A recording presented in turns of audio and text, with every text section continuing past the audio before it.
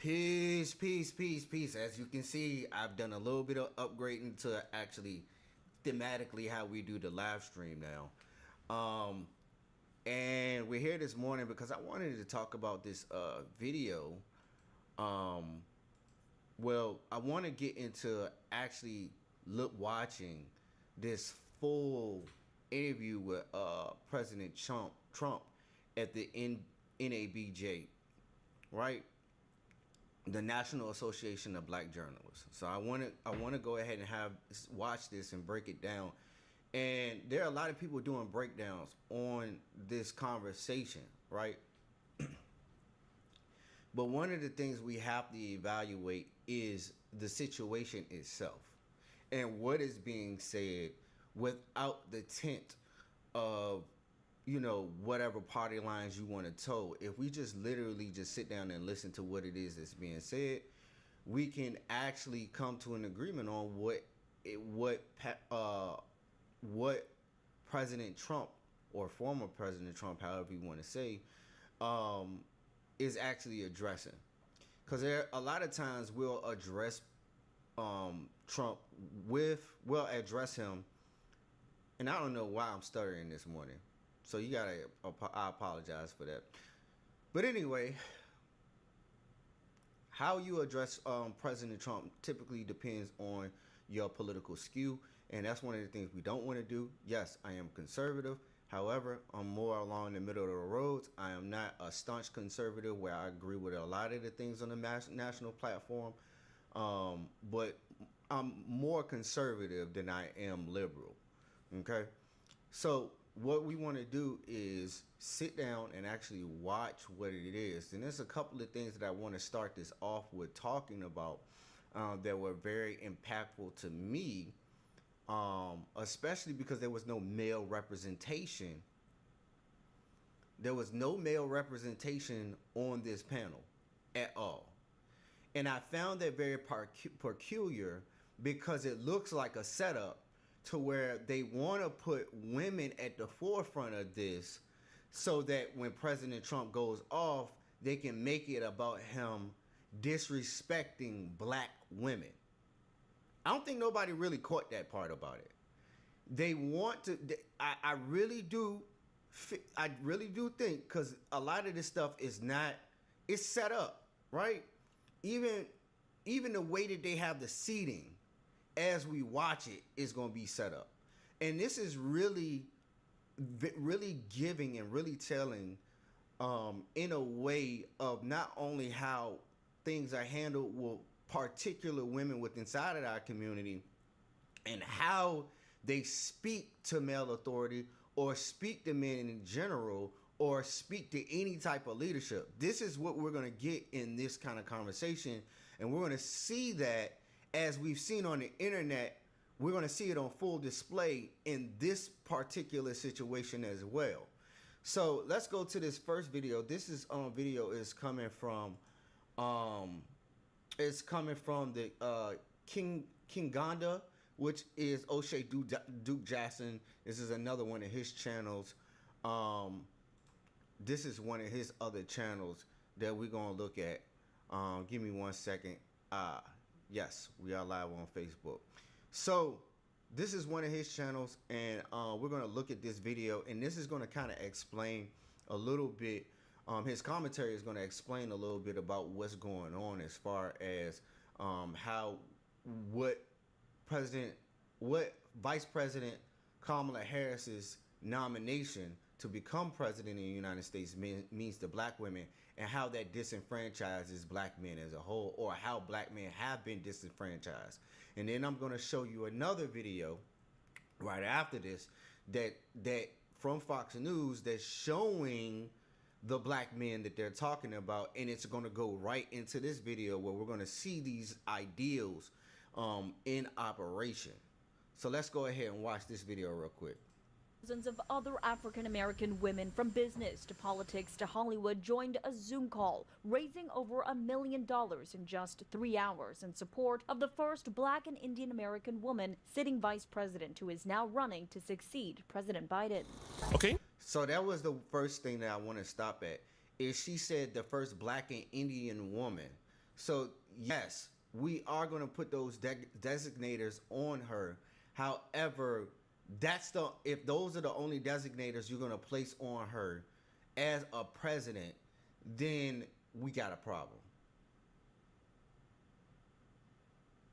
Because because we're blasting this off as she's a black and Indian woman for president, which narrows it down, and it really doesn't speak to who she is as a person.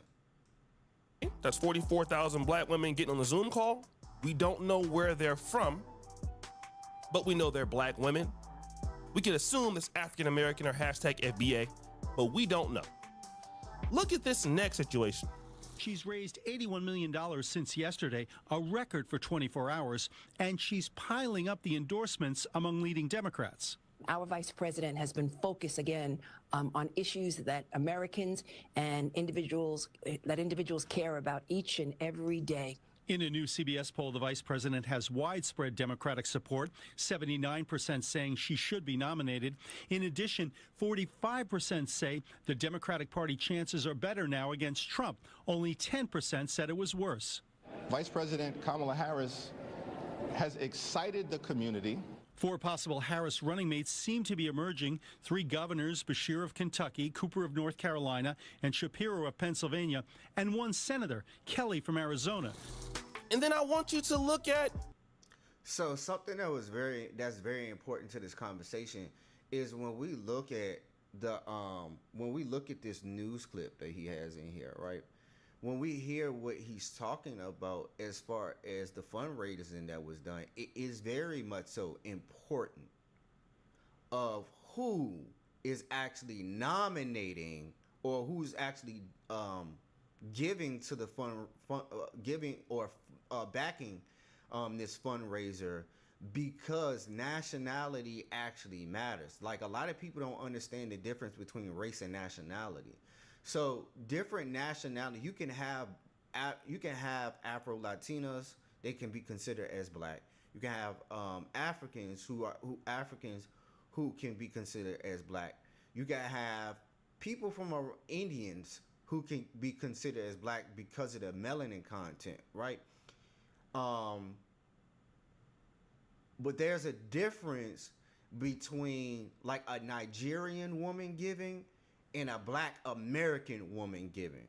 So somebody who's what they call foundational black American, FBA, that's going to have that has a different ring to it, because you have somebody who is here in America who's having an American experience, born as an American with the generational experience of being American and black in America, right? You have that connection to this, and then how you actually vice versa, somebody who's an immigrant, a black immigrant into the country who's not connected to the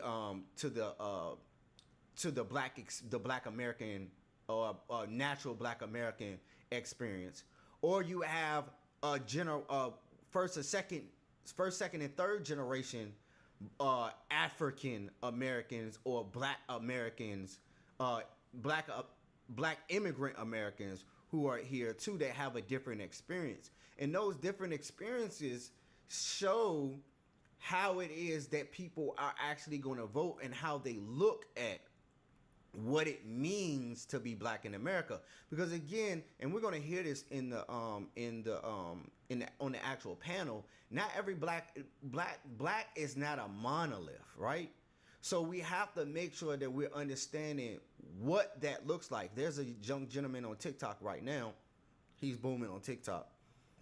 He's been going from America to the UK, and there's an image, there's an understanding of those in the UK when they say, oh, black people don't have a culture, but then you see what they're wearing, you see how they do their hair, you see how they dress, you see like the way that they talk, the things that they say. It's all black. It all comes from black America, but they will not consider black Americans as knowing where they're from, or they say black Americans don't know where they're from, and then they say black Americans don't have a culture.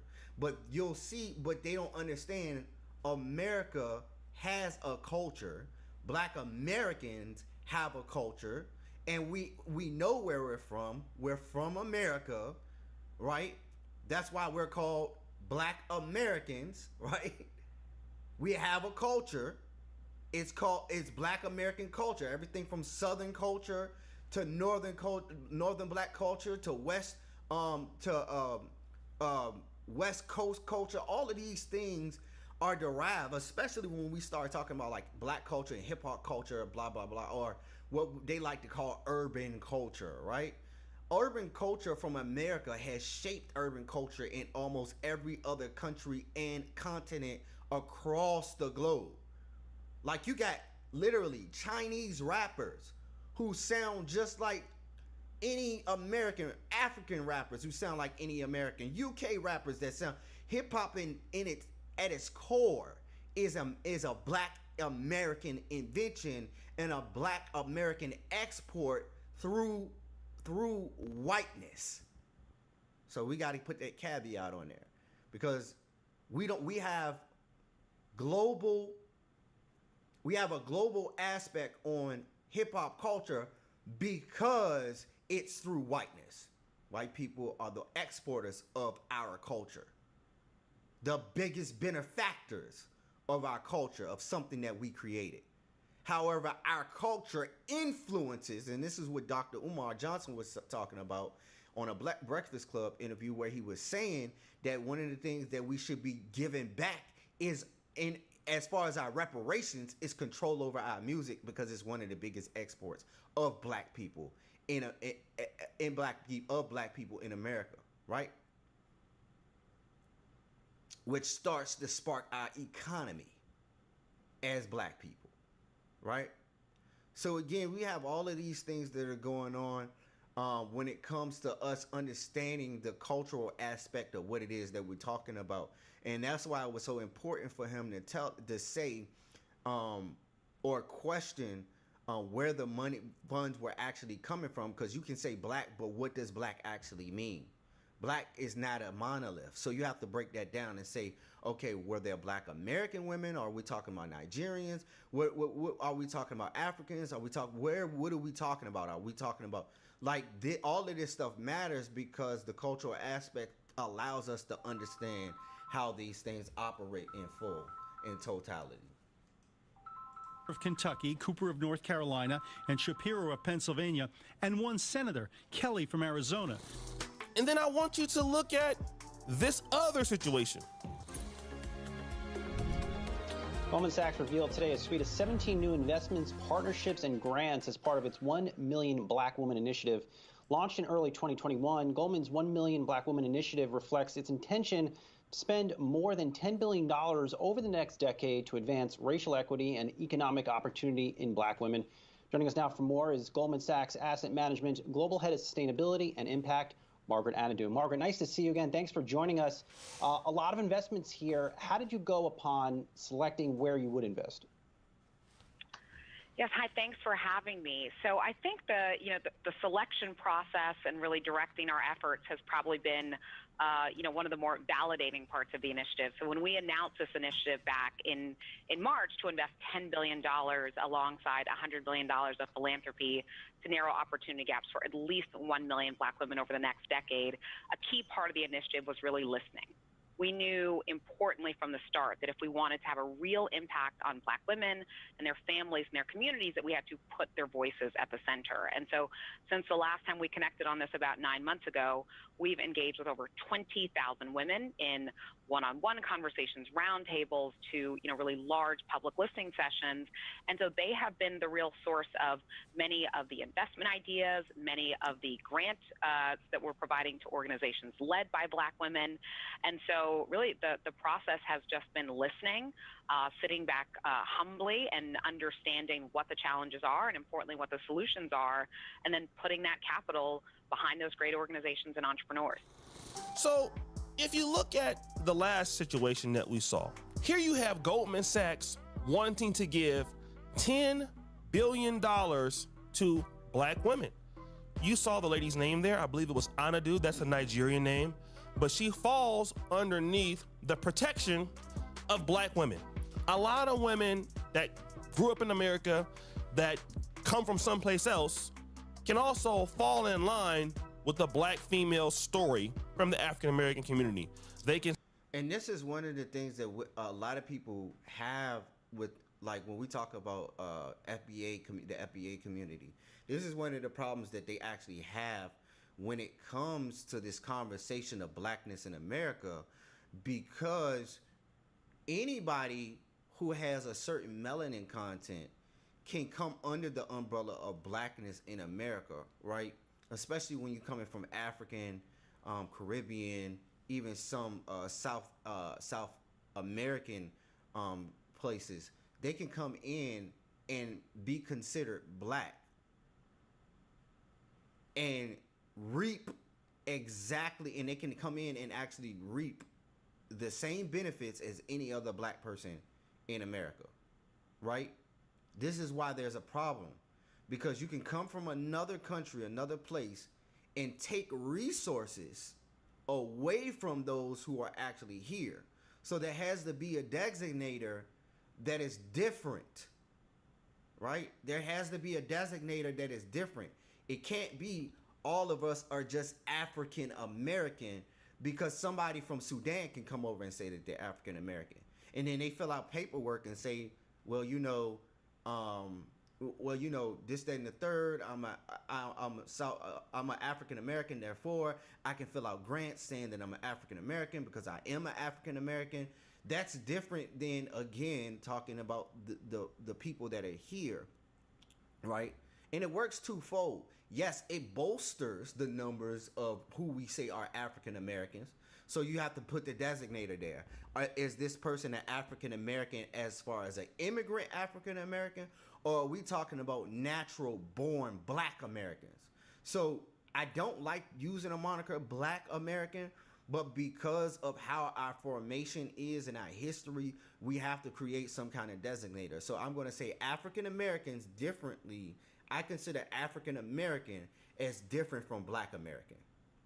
If you understand the American culture, I'm going to separate and say black Americans from African Americans for the sole purpose of defining the group of people who we're talking about.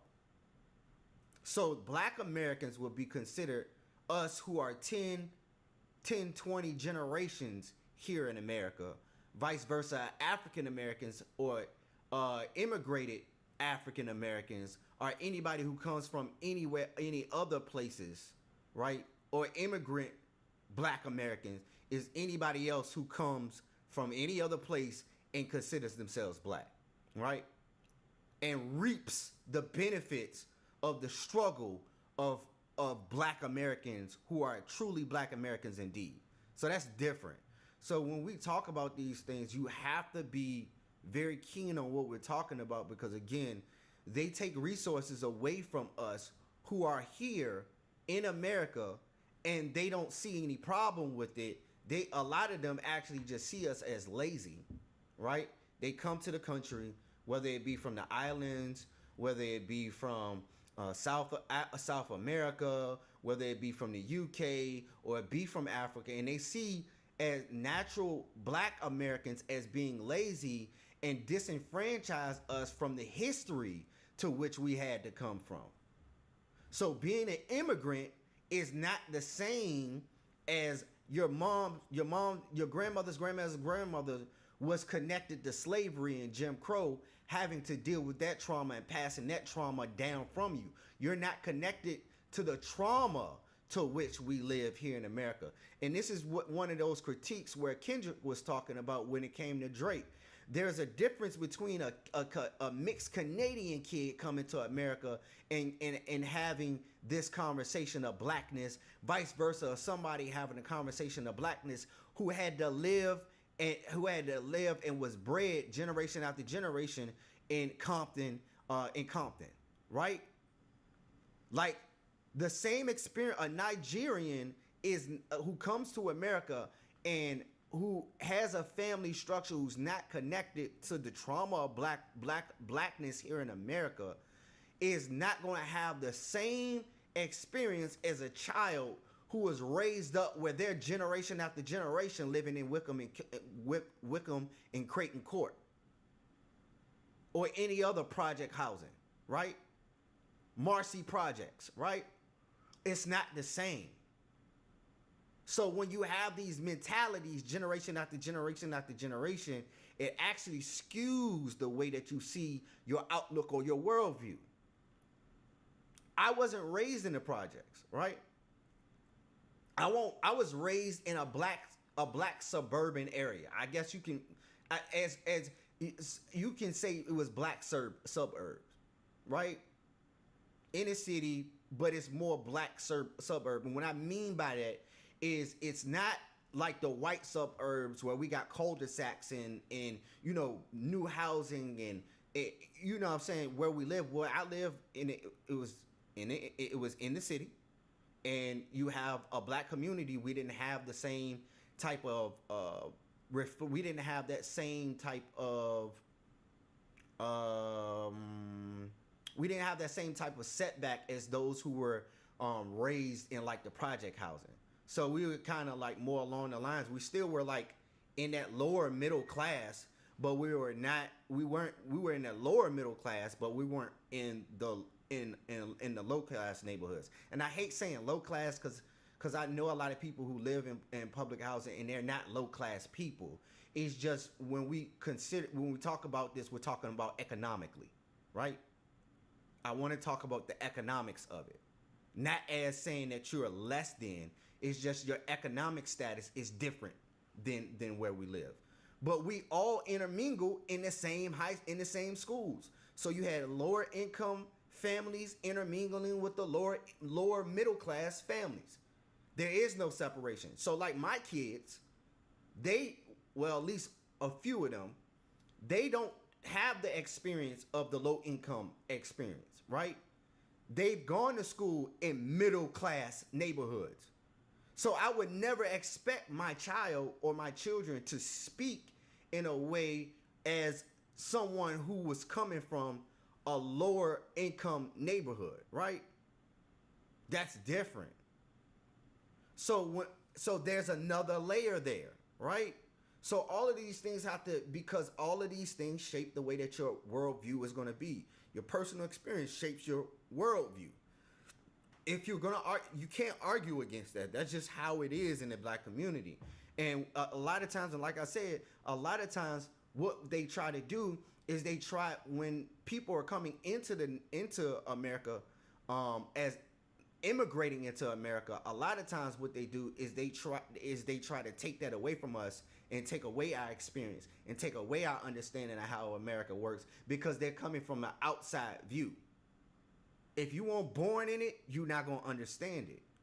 The only thing you can do is assimilate into it, right? Which is what immigration is. Immigration is the assimilation of one culture into America or into a country, right?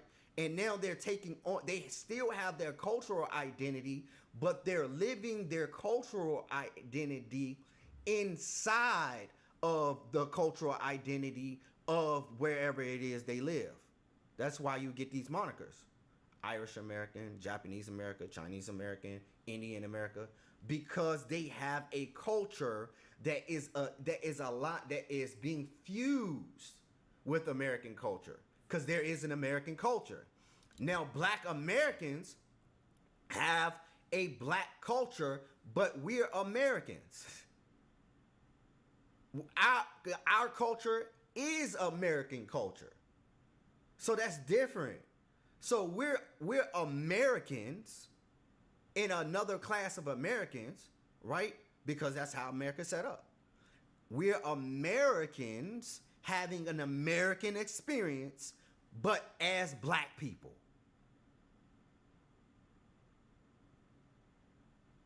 That's different. That's totally different. So let's keep going. That's why, I wanted to go a little bit more in depth on as far as how this is all operating, especially when we start talking about how they bolster the numbers of saying black people. Okay, what does that even mean? What does that even mean? Black women. What's the breakdown of these black women, right? What's the breakdown of it? Can say historically that they've been abused. They can say historically they have been mistreated. This is what Joy Reid talks about on MSNBC, but Joy Reid is Congolese, right? But we all know that black women fall into that category. They don't have to be African American. They can just be black. So why are other women from the African American community doing this? So a lot of African Americans, a lot of black women that dislike Kamala Harris are taking shots at the fact that Kamala Harris is. And I really don't want to get into that part of it. I don't want to get into the part of talking about this. But what I want to get into talking about is the disenfranchisement of black American men. Black American men, because they pandered to women and to the other communities so much that they pandered to those communities so much, it's going to be hard for anybody to actually sit here and vote as a black man for Kamala Harris. I think he gets into this. Let's see. To understand who you are. No, he didn't get into it, so I'll stop it right there. But the reason why it's very important for us to look at it in this aspect is so that we understand that we have to look at the disenfranchisement of black men in this conversation, because there are a lot of black men who feel disenfranchised and they are voting for Trump, and they are from all economic backgrounds.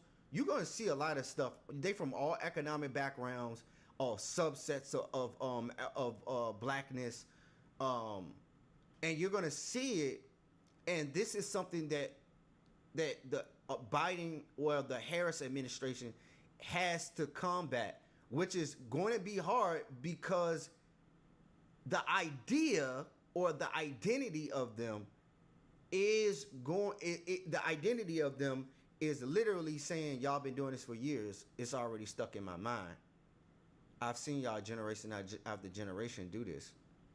It's stuck in my mind already that y'all not good for us. So let's watch this video real quick. This is coming from Fox News. And again, a lot of this stuff is going to be placed in the description. They don't know nothing about nothing. They don't really understand how hard it is just to live a day-to-day life. When we speak, they don't listen.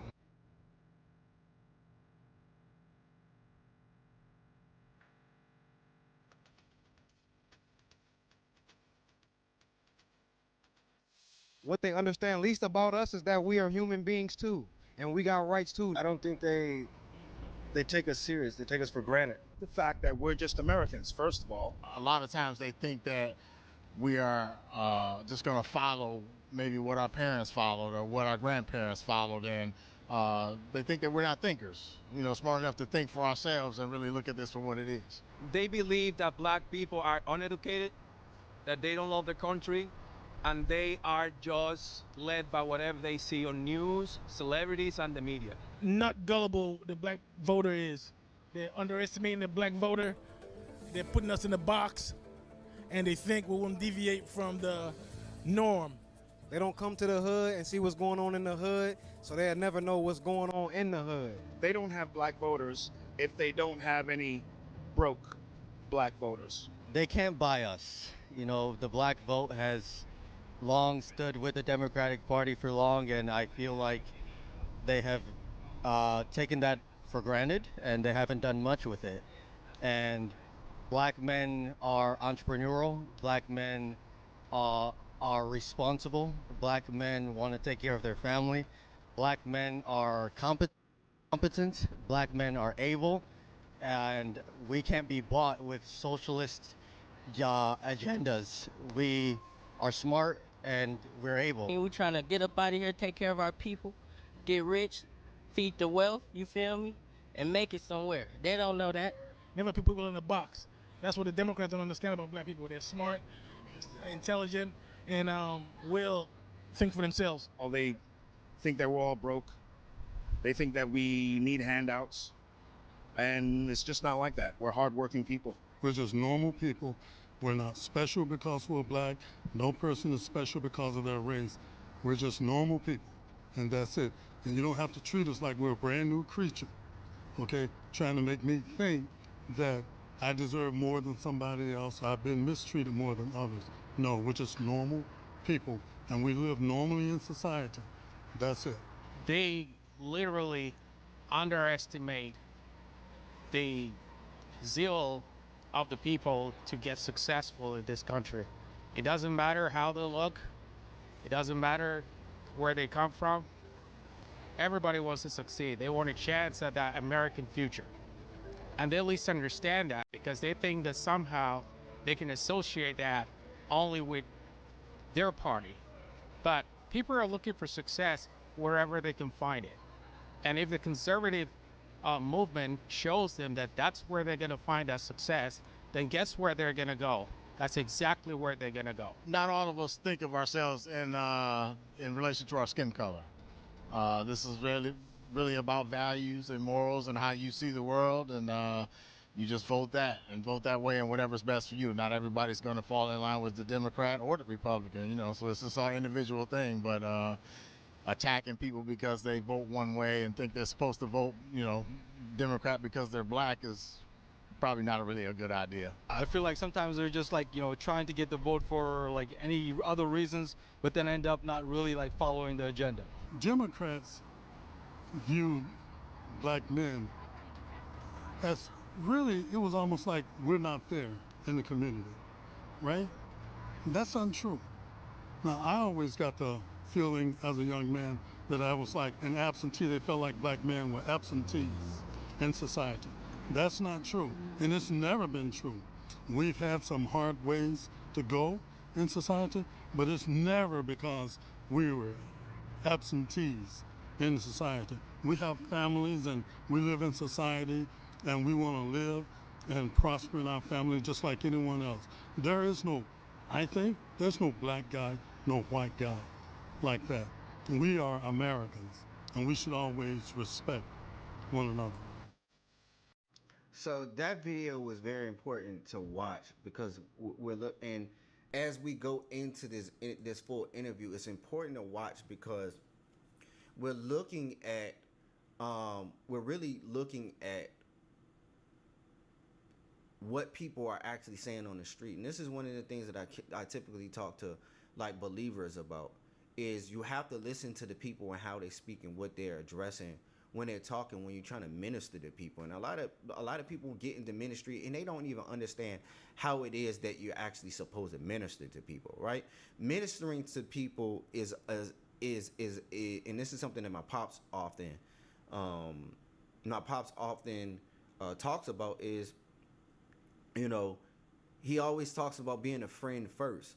And the same too is when you're in the political sphere, right? We want to make sure that we are accommodating those who are our constituency or who we're trying to bring into our fold or who we're trying to bring into our family. You want to make sure that you're a friend first before you do anything else. Because if you're out here looking like a wolf, they're going to treat you like a wolf. That's period. They're going to treat you how you look. If you look like a wolf, they're going to treat you like a wolf, right? If you look like a fraud, they're going to treat you like a fraud. And this is one of the things that inauthenticity that has been shown by the Biden and the Harris administration. I've shown you the videos. Not just when we're not talking about, and most of the people I don't even really show. I try my hardest. I try my hardest to not show Republicans or people who lean conservative in a lot of my videos. I try to show people who don't have the same ideology as conservatives to show you what they believe and how they would vote, and the people who are going to vote with their same ideologies. And across the board, the inauthenticity of the Democratic Party is the fall of the Democratic Party. Black people across the board did not like the BET Awards. Right? You have a subset of black people who enjoyed it. You know, they got to see their favorite blah blah blah blah. But most black people did not like it. It was all over the internet how bad the BET Awards was. So when we started seeing Meg Thee Stallion and Quavo at the rally the other day, you get a lot of backlash from that. It's a lot of black people who was like, what is this? I don't want this. Here y'all go, pandering to us again. Y'all pandering to us again, using entertainment and how black you are, using it as a vehicle. Inauthentic. It just comes off as inauthentic.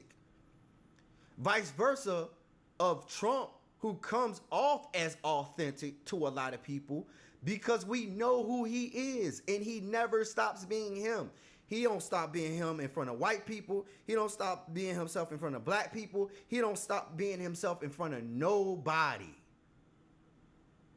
But this is also why we love Obama. Obama was cherished because he was authentic. His authenticity was there. It wasn't manufactured. It wasn't forced. This is why the black community cherishes Obama, because his authenticity. That's not something you get with the Harris administration. They're trying to force you to believe things are not what they are when we seen it. When we heard it. When we read it. When we watched it. They want you to act deaf, dumb, and blind to the entirety of the career of Kamala Harris. We know how fake she is. She told Joe he was a racist to his face, right? For political brownie points, right? But then she's his vice president.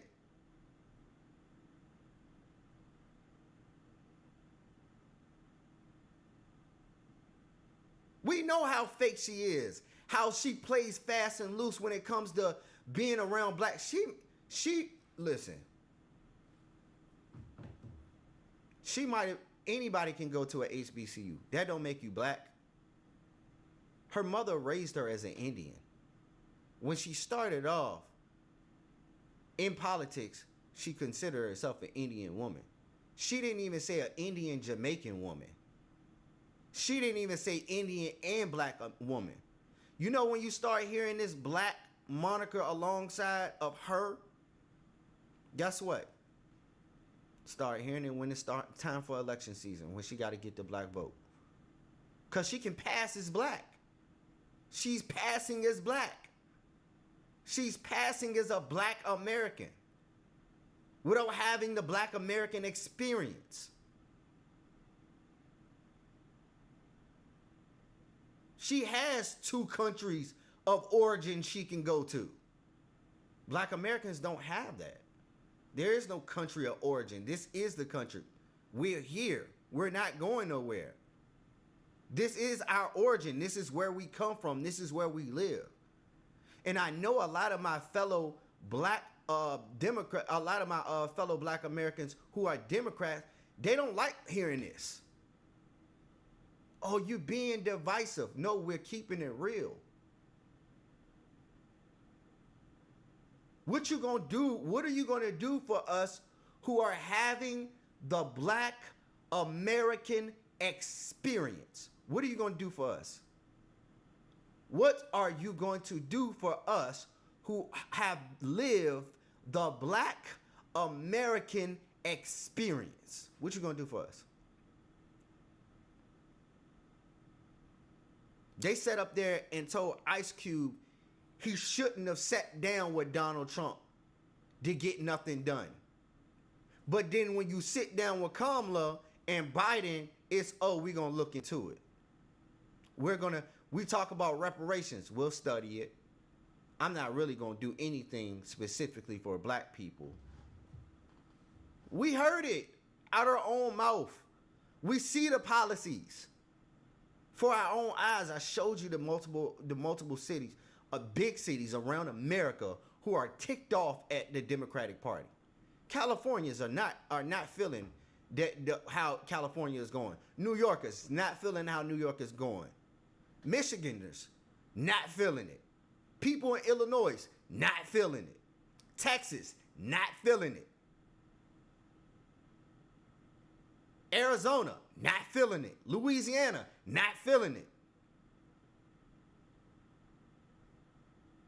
Because they feeling the brunt of what's going on. So when we have panels like this, they thinking that this panel is going to allow us to say, oh yeah, Trump is such a bad guy. They think that they're going to make people change because of this interview, and it's not. It's actually not going to do what they think it's going to do. When you actually watch the fullness of it, it ain't doing what it ain't going. It ain't, as our sisters will say, it ain't giving what they say it's going. What it was supposed to give. That's what our sisters say. It ain't gave what it's supposed to give. Ain't that what y'all say?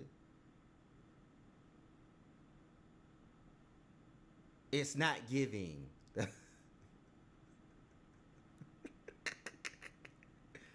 So again, it's like, okay, what are we talking about? What we doing? What is we doing? There is no black male representation on the stage. None at all. So y'all didn't care about black voices in this conversation or caring about all of these. You got the National Association of Black Journalists, and you could not have not one black male voice, not a black conservative voice, nothing. But again, this is about optics. I'm trying to show you this is about optics. This is set up just the way that they set us up. Pitting men against women, specifically white men against black women, or women of color versus white men. That's what the optics of this is. So this is why they have them seated this way. Watch this. You're gonna see how they seated. I'm gonna show you. Watch it. The most conservative lady over here is in the red on the far on your far right. She's conservative, right? She's more conservative, right? Then you have the most liberal woman sitting the closest to him.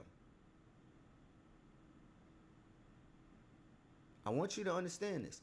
They have the most liberal woman sitting the closest to him.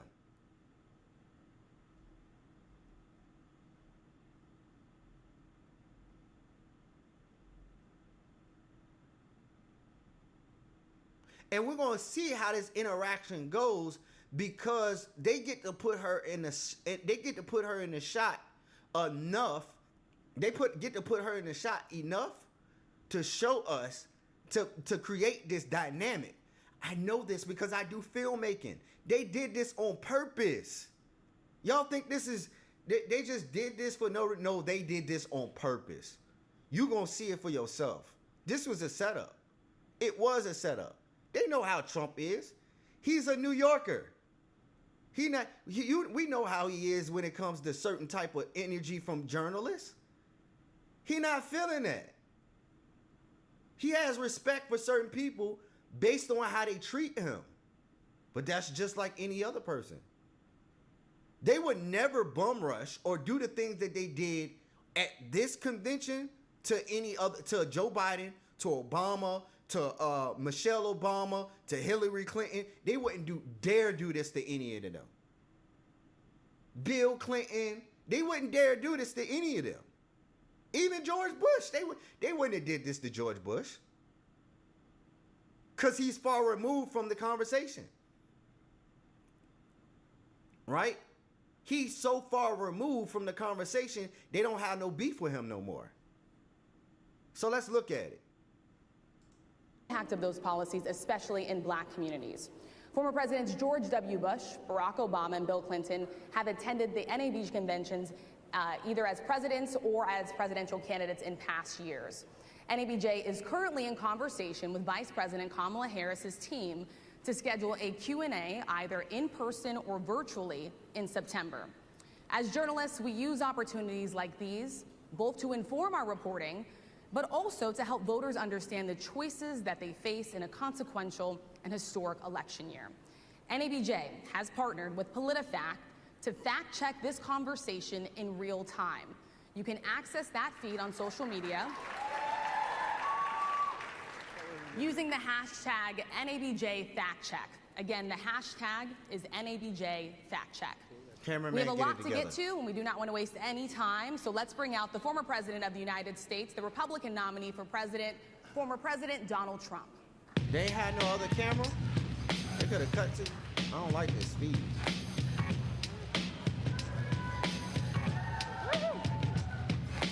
What is this music? Hi, Mr. Trump. Rachel Scott, BBC. Thank you. How are you? How are you? Mr. President, we so appreciate you giving us an hour of your time. I want to start by addressing the elephant in the room, sir. A lot of people did not think it was appropriate for you to be here today. You have pushed false claims about some of your rivals, from Nikki Haley to former President Barack Obama, saying that they were not born in the United States, which is not true. You have told 4 congresswomen of color who were American citizens to go back to where they came from. You have used words like animal and rabid to describe black district attorneys. You've attacked black journalists, calling them a loser, saying the questions that they ask are, quote, stupid and racist. You've had dinner with a white supremacist at your Mar-a-Lago resort. So my question, sir, now that you are asking black supporters to vote for you, why should black voters trust you after you have used language like that? So I'm stopping right here because I want you to understand something. In the area of debate, and I've been debating people about the Bible for the last 4 years, so I'm very keen at the tactics that people use as far as debate, right, or questioning during or during the questioning phase or the probing phase, right? So what they typically try to do is set you up with a bunch of things, and we call this shotgunning, right, or machine gunning. You can call it shotgunning or machine gunning, but what the tactic is to continuously start off the conversation by bombarding you with a multiplicity of questions or facts to set up a statement. So she shotgunned all of these things. You was here, you was there, da da da da da da da da da da da. Started off the conversation this way, and then she asked a final question that didn't even sit, that couldn't even stand to what it was that she was asking at the end of that, right? She asked them about language, but then set it up with a bunch of statements, and then added her own opinion in it. Oh, that's not true. Well, that's not true, and we know that's not true. So so we already starting off hostile, right? Anybody who's been in debate or who understand argumentations know that this is hostile territory at this point. And they did this on purpose of having her right next to him. Watch the other feeds. Watch the other feeds, the better feeds anyway. Watch the better feeds of this conversation, and I'm gonna see if I can find one. I'm gonna see if I can find a better feed, because I'm not really into this one, because it's not really giving us the. Let me see if this is it. We have a lot to get.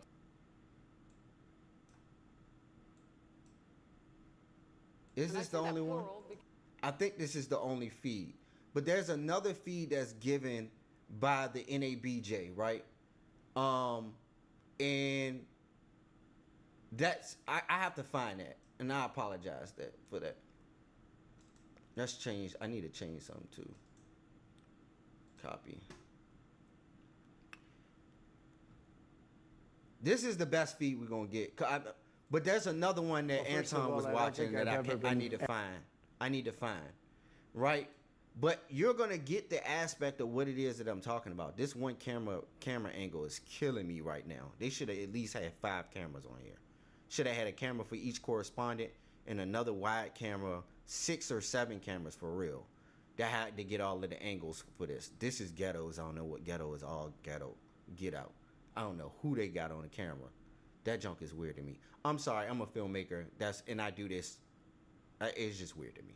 Journalists calling them a loser, saying the question. So we're gonna go back to how she an started. hour of your time. We're gonna start this off. Listen to how she framed this. I want to start by addressing the elephant in the room, sir. A lot of people did not think it was appropriate for you to be here today. You have pushed false claims about some of your rivals, from Nikki Haley to former President Barack Obama, saying that they were not born in the United States, which is not true. You have told 4 congresswomen of color who were American citizens to go back to where they came from. You have used words like animal and rabid to describe black district attorneys. You've attacked black. Listen how she framed that.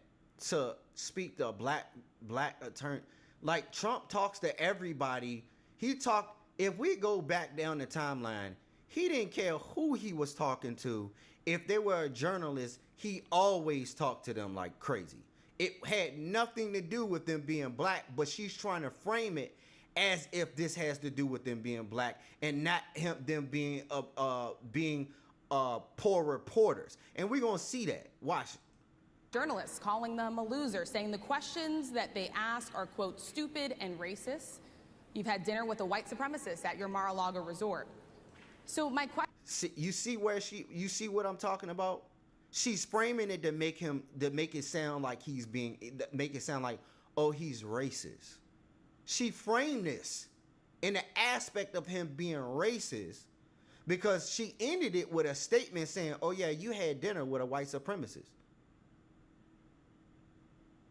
Okay, Joe Biden has dinner with white supremacists and people who are racist. Matter of fact, he aligned himself with racists. So what are we talking about? He aligned himself with racists. So what are we trying to get at here? Question, sir. Now that you are asking black supporters to vote for you, why should black voters trust you after you have used language like that? And again, look at it. She put in a statement to say that he's being racist against all of these journalists. Then she says, "Oh, you had dinner with the white supremacists," and then she goes back to talking about the language. This is what I'm talking about shotgunning. All of these things. Let's address the elephant in the room. You did this. Then you did this. That's not really coinciding with the questioning that I'm asking, and then you talk about this. So now it's going to sound like, oh, it's the way that it's framed is going to make it seem as if Donald Trump is not going to answer the question, but he is going to answer the question directly. And listen to what his answer is. First of all, I don't think I've ever been asked a question in such a horrible manner. First question. You don't even say, hello, how are you? Are you with ABC? Because I think they're a fake news network, a terrible network. I told you. He attacks news in general. If you represent any of those news networks that Donald Trump does not like, guess what? He's going to call you fake news. He's going to call you a flunky. He does not like journalists who don't report in a certain type of manner when it comes to him. Right? That's just Trump. It's always been about that.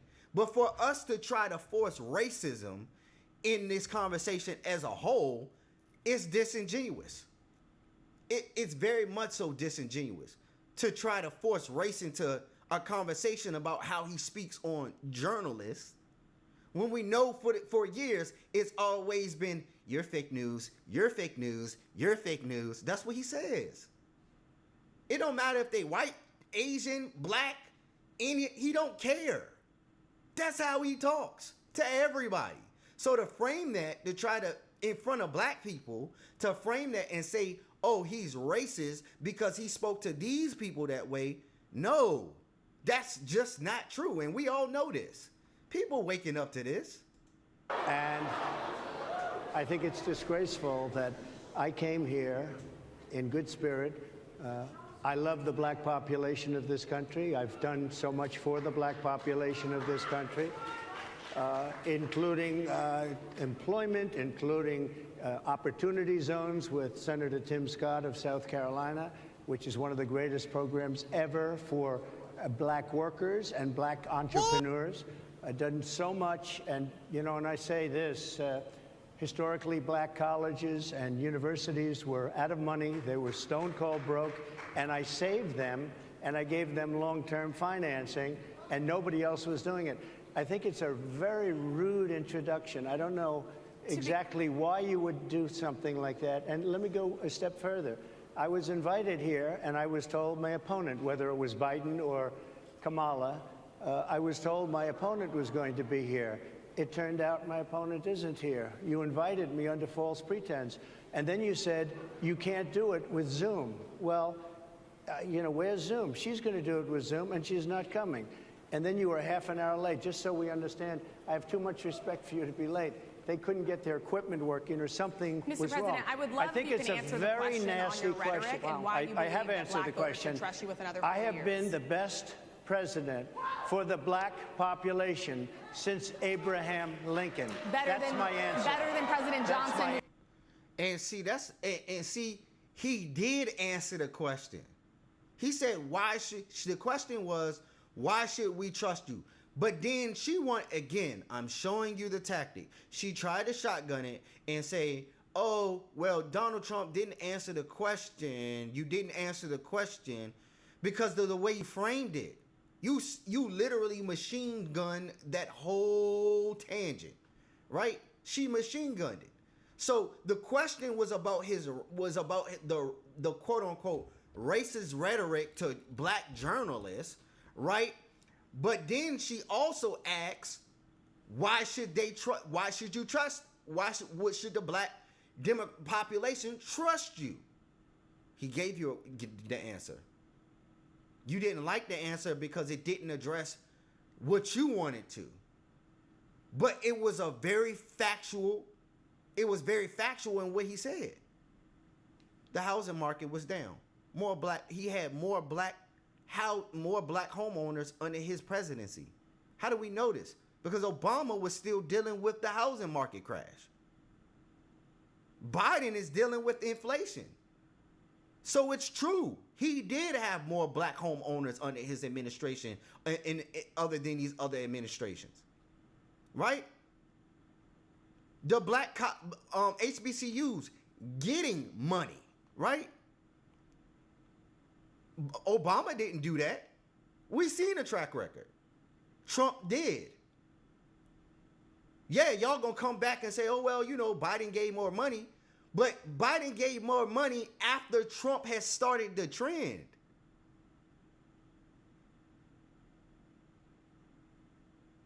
So what are we saying? After Trump started the trend, that was a reaction to what Trump did. Because had Trump not did it, they wouldn't have did it either. They had to do it. So he's correct. Black unemployment was down. What are we saying here? But they try to skew it and try to say that he's not saying what he's saying. And I know a lot of people are not going to listen because it's me. And they're not going to hear it because it's me. But he told the truth. He told the truth. When you go back and see what the news was reporting at that time, internet is forever, y'all. The internet is forever. I'm not talking about these fact checkers that skew the tint of the facts when they change. Because they done went from saying Kamala Harris wasn't the border czar. Fact checkers are saying that Kamala Harris wasn't the border czar. But when that's what all of the news outlets were reporting. Kamala Harris ain't have nothing to do with the border. Yes, she did. Joe Biden sat there at that press conference right in front of our faces and said that she was over the border. Regardless if you want to say she was the border czar, give her the moniker or whatever, she was there to take care of the border and was given authority over the border by Joe Biden. Are we tripping? Are we tripping? I don't understand. I don't know what to tell you. I don't know what to tell you. Signed the Voting Rights Act. For you to start off a question and answer period, especially when you're 35 minutes late because you couldn't get your equipment to work in such a hostile manner, I think it's a disgrace. Let me just ask a follow-up, sir, and then we'll move on to other questions here. Some of your own supporters, including Republicans on Capitol. And when you catch what he's talking about, when you catch what he says, he's literally telling you, bro, y'all, you started off, you and your situation screwed up, right? So you were late. I was here. You were late. You told me that Kamala Harris was going to be here. She's not here. Not here physically, and not here as far as digitally. So this is one of them situations where everybody was running around. He's scared to debate Kamala. He's scared to face Kamala. And then when he comes to the stage, right? Because they started off you heard her. Oh, well, Kamala Harris will be here in September. Kamala Harris will be here in September. But you told Trump that she was going to be here today. But no Kamala Harris. No Joe Biden. Not even digitally through Zoom. But you told me she was going to be here. They've been telling me in the news to pull up. And now I pulled up. Where's she at?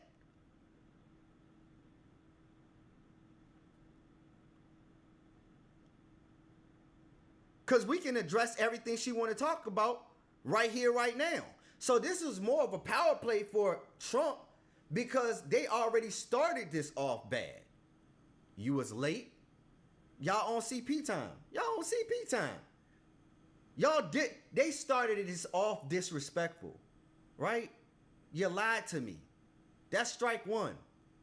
Strike two, you're late. You knew I was going to be here and you didn't have all of this stuff squared away. Anybody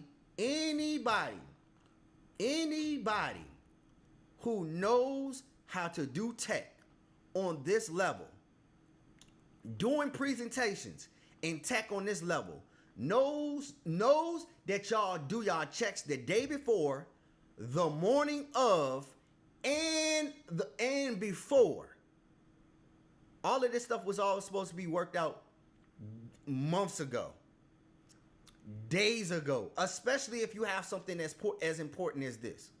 You're supposed to have your gear up and running and checked. Matter of fact, you're supposed to have redundancy systems. What happens if this doesn't? What happened? Where's y'all SOP?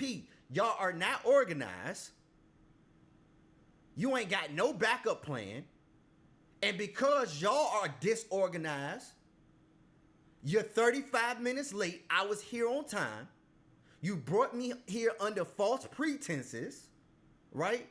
And then when you start off the conversation, you come in the conversation attacking. This wouldn't have flew with anybody else. Show me anybody else, any other dignitary that this would have flew with. Would they have done this to Netanyahu? Obama? Michelle Obama or Barack? No, they wouldn't have. So they was already being disrespectful. So this is why I'm saying they created this atmosphere for hostility. They created the atmosphere of hostility. So is it Trump's? We already know how Trump was going to react. We know how Trump was going to react. He's always authentically Trump.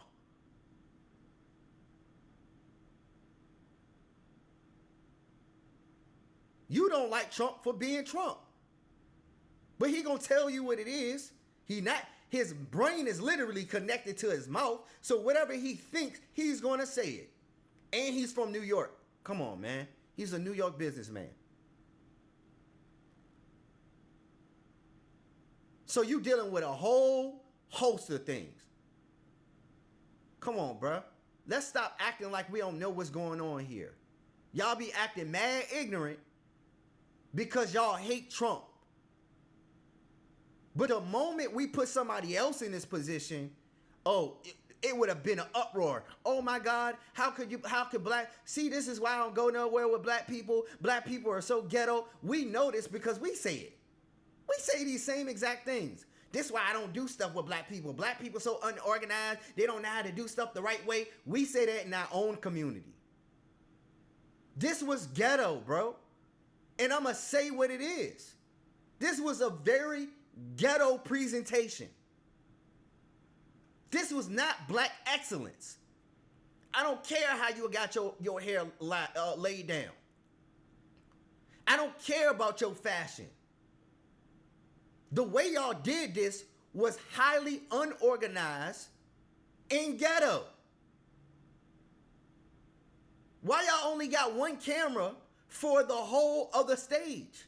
You got 4 people on the stage and you only got one camera, zooming in and out. Camera 1 wobbling everywhere. Bro, this is ghetto.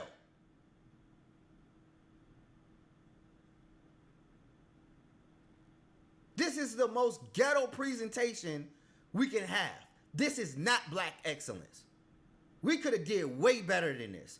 And then for her to have this type of black sister attitude from the jump is not incumbent. See, this is why I said we needed black male. We needed some type of black male representation here to give this conversation balance.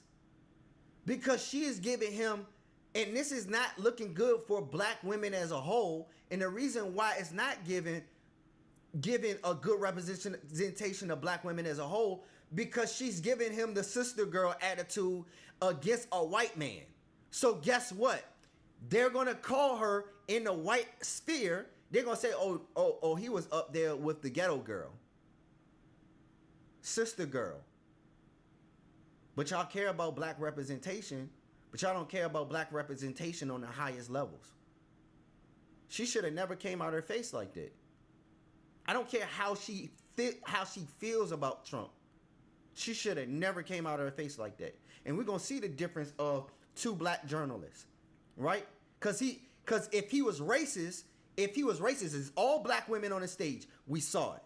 If Donald Trump was racist, he would have talked to all of them like that. He would have talked to every last one of them like that. If he was so racist and against black women, he would have talked to all of them like that. But he don't do that. He only talked to her crazy like that. Because she talked to him crazy like that. Look at it. Watch it. Watch it. And if you don't believe me, just continue to watch and see his interaction with the crowd.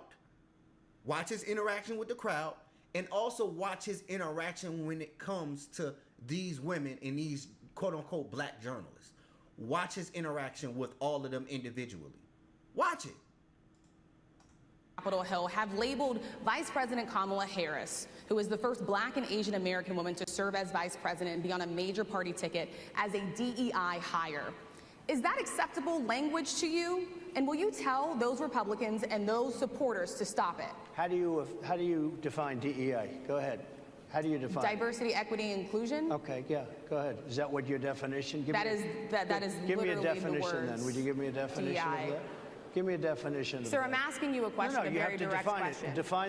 Define it for me, if you I would. just defined it, sir. Do you believe that Vice President Kamala? She didn't define it. She told him what the acronym meant, but she didn't define what she meant by the acronym. What is the definition of the acronym? We know PDA means public displays of affection, right? But what does that mean? What is a public display of affection by your terms? Define it. We know what it means. Right? It's the same thing with any acronym. Yeah, the acronym is made up of words, but what is the definition of the term that you're using? So you didn't define it. She thought she was cooking, but she wasn't cooking. Kamala Harris is only on the ticket because she is a black woman. Well, I can say, no, I think it's maybe a little bit different. So I've known her a long time indirectly, not directly very much. And she was always of Indian heritage, and she was only promoting Indian heritage. I didn't know she was black until a number of years ago when she happened to turn black, and now she wants to be known as black. So I don't know, is she Indian or is she black? She has always identified as a black woman. She went to a historically black college. I respect either one, but she obviously doesn't, because she was Indian all the way, and then all of a sudden she made a turn and she became a black person. Just to be clear, sir, do you believe that I think somebody should look into that too when you continue in a very hostile, nasty tone. It's a direct question. And again, there we go. He said you're going to continue in a nasty tone. He know what he dealing with. This that sister girl attitude. He know what that is. He dealt with Omarosa. Come on, bruh. He had Omarosa on his cabinet. He know what that is, bruh. Come on, bruh. Don't act like we don't know what's going on because it's Trump. Cause had a Republican did this to any Democrat, they'd be up in arms about it. And then the question was, and he answering the way he would answer it. So it is a legitimate question. Is she black? Because she didn't always say that she was black. When you look at the think piece that they did on Kamala Harris, it don't say nothing about her being black. It says everything about her being Indian. Go look up the think piece on Kamala Harris and her upbringing, and it's going to say what? She's Indian. When she was set up there with that girl in the kitchen, what did she say she was? She said she was Indian. When the AP and MSNBC and everybody else cheered her on as far as becoming an attorney, guess what they said? They didn't say Jamaican. They didn't say black. They said first Indian.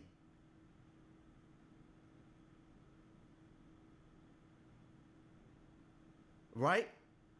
So in the public eye, before all of this started off, Kamala Harris wasn't looked at as a black woman.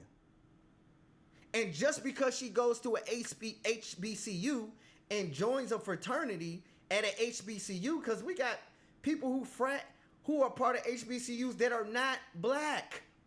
Are we not thinking about this? You can be non-black and join a black fraternity?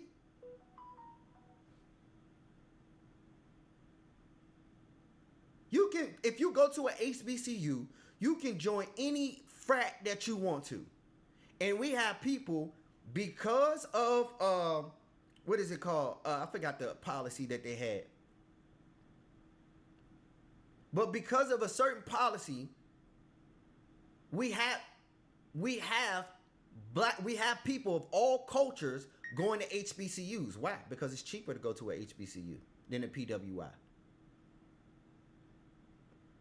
It just is. And you can get a similar education. Einstein was teaching black people. Come on, dog.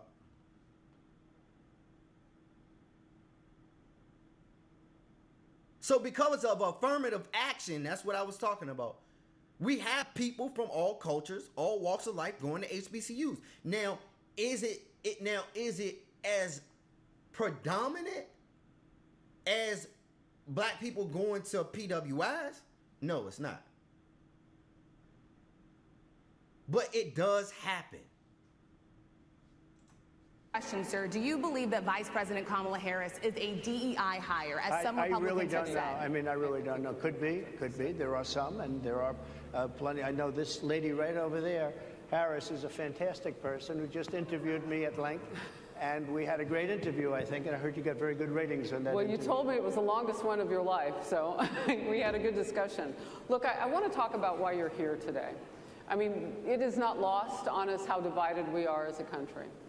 And as you were coming today, we really got to see that we are divided along the lines of race, along the lines of gender.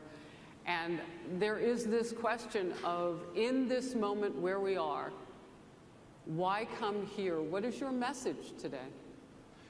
My message is to look at the difference in how one woman speaks to him and how the other one does. Look at the difference. Look at the difference. You can say her question is softball. We can say that all we want to, but look at the difference in the tone to which she speaks to him. Listen to how she frames the conversation. It's a way to be direct and not be nasty. He's dealing with a very rude woman. And watch, you're going to get hardball questions from the woman in the center, right? But she's not going to come off on him like that. She's still going to be direct, but she's not going to be as unprofessional as the woman in the blue. stop people from invading our country that are taking, frankly, a lot of problems with it. But one of the big problems, and a lot of the journalists in this room I know and I have great respect for, a lot of the journalists in this room are black. I will tell you that coming from the border are millions and millions of people that happen to be taking black jobs. You had the best. What exactly is a black job, sir? A black job is anybody that has a job. That's what it is. Anybody that has a job. All right. And Mr. President, He's speaking to a room of black people and he says black jobs. Okay. Whatever. It's really much so a nothing burger. But it's a nothing burger because it just really isn't. It's not really a racist. It's not really a racist moniker, because when we talk about the jobs report, remember we had this big conversation in that intermediary time during COVID where they were talking about, oh, well, you know, black people are losing jobs at this rate, and black people are being disenfranchised as far as getting jobs in COVID and after COVID and blah blah blah blah blah. It's the same thing. We say these things all of the time. Black jobs. Okay, what do you mean by black jobs? He could have answered it a lot better. I think he could have answered it a lot better, but it's not totally racist for him to say that when in this country we literally separate people apart, and that's what the lady was talking about. We are separated across these lines, racial, politically, gender. We separate these things, but we also get our demographics and our algorithms by utilizing those statistics. So statistically speaking, he's speaking to a room of black people. You're losing black jobs. What are those black jobs? They're any job that you have. You're going to lose your job. Whatever your job, you think your job is, you're going to lose it to one of these immigrants. Taking the employment away. And it's not something that we can, you don't have to dig deep to listen to it. If you listen to enough of how Trump actually speaks, his speech patterns, how he articulates things, he's not very articulate at all, right? This is why when you listen to Barack Obama, he's very articulate, but he's slow in speech, and he's also boring to listen to at ad nauseum, right? Joe Biden isn't as articulate as Obama. Especially now, but before he was a lot more articulate. When you listen to young Joe Biden, he was very articulate and very structured in how he speaks. But him and Trump speak in the kind of same way now, where it's not as articulate, but if you understand how they speak in the dynamics of the way that they speak, you can understand what they're saying.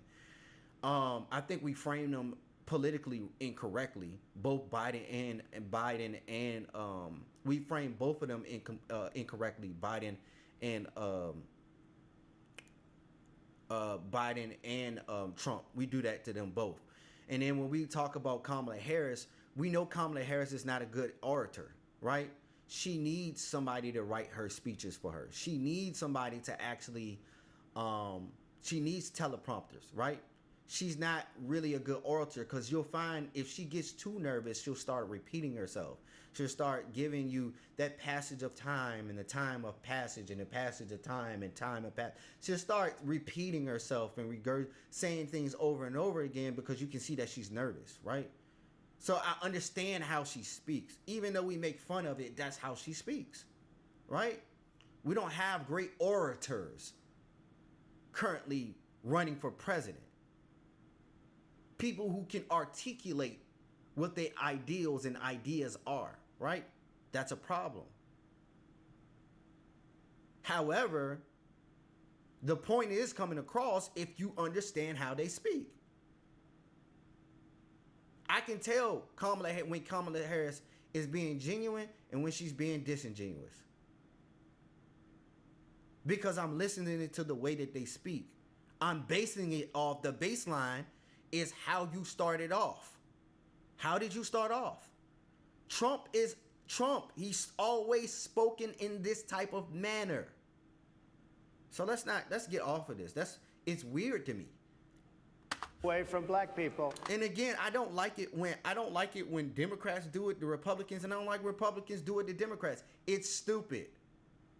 Black jobs. You had the best. What exactly is a black job, sir? A black job is anybody that has a job. That's what it is. Anybody that has a job. All right. And Mr. President, they're taking the employment away from black people. They're coming in, they're invading. It's an invasion of millions of people, probably 15, 16, 17 million people. I have a feeling it's much more than that. And everybody's been seeing what's happened. The first... And that is correct.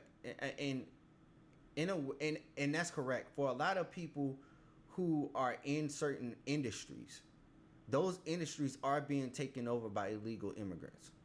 Because it's cheaper to pay a legal immigrant. It's way cheaper to pay for an illegal immigrant than it is. And this has always been the case. This is what happened in Florida. Remember, the governor of Florida kicked out all of the illegal immigrants, and therefore we got people who need whose job positions are open. Okay. Why are Americans not going to get those jobs? Because again, people are not going to be able to afford those jobs because what? The living wage. If we were to bring the living wage of America down, right? Well, the lifestyle, the price of lifestyle of America down. A lot of people can pay for the ability. A lot of people will be able to pay for people at a living wage, and we can fill some of these positions with low-income workers. And they can make a living wage off of what all of it needs. But they not paying a living wage to the illegal immigrants, which is a problem. Y'all want to talk about slavery and y'all want to talk about disenfranchising people and all of this other stuff, but guess what? Y'all are okay with slave labor when it comes to low income, low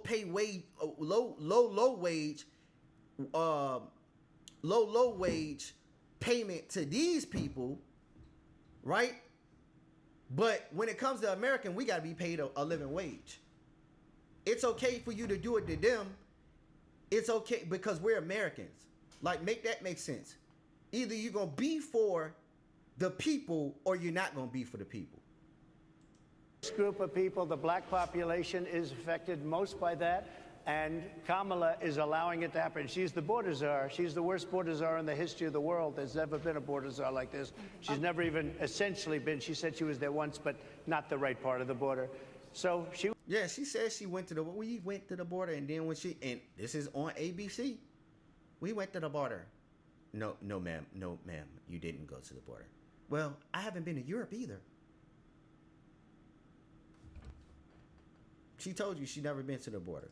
She was a border czar. She's done a horrible job. These people are coming into our country, and they're taking black jobs and Hispanic jobs, and frankly, they're taking union jobs. Unions are being very badly affected by all of the millions of people that are pouring into our country. And one thing... Correct.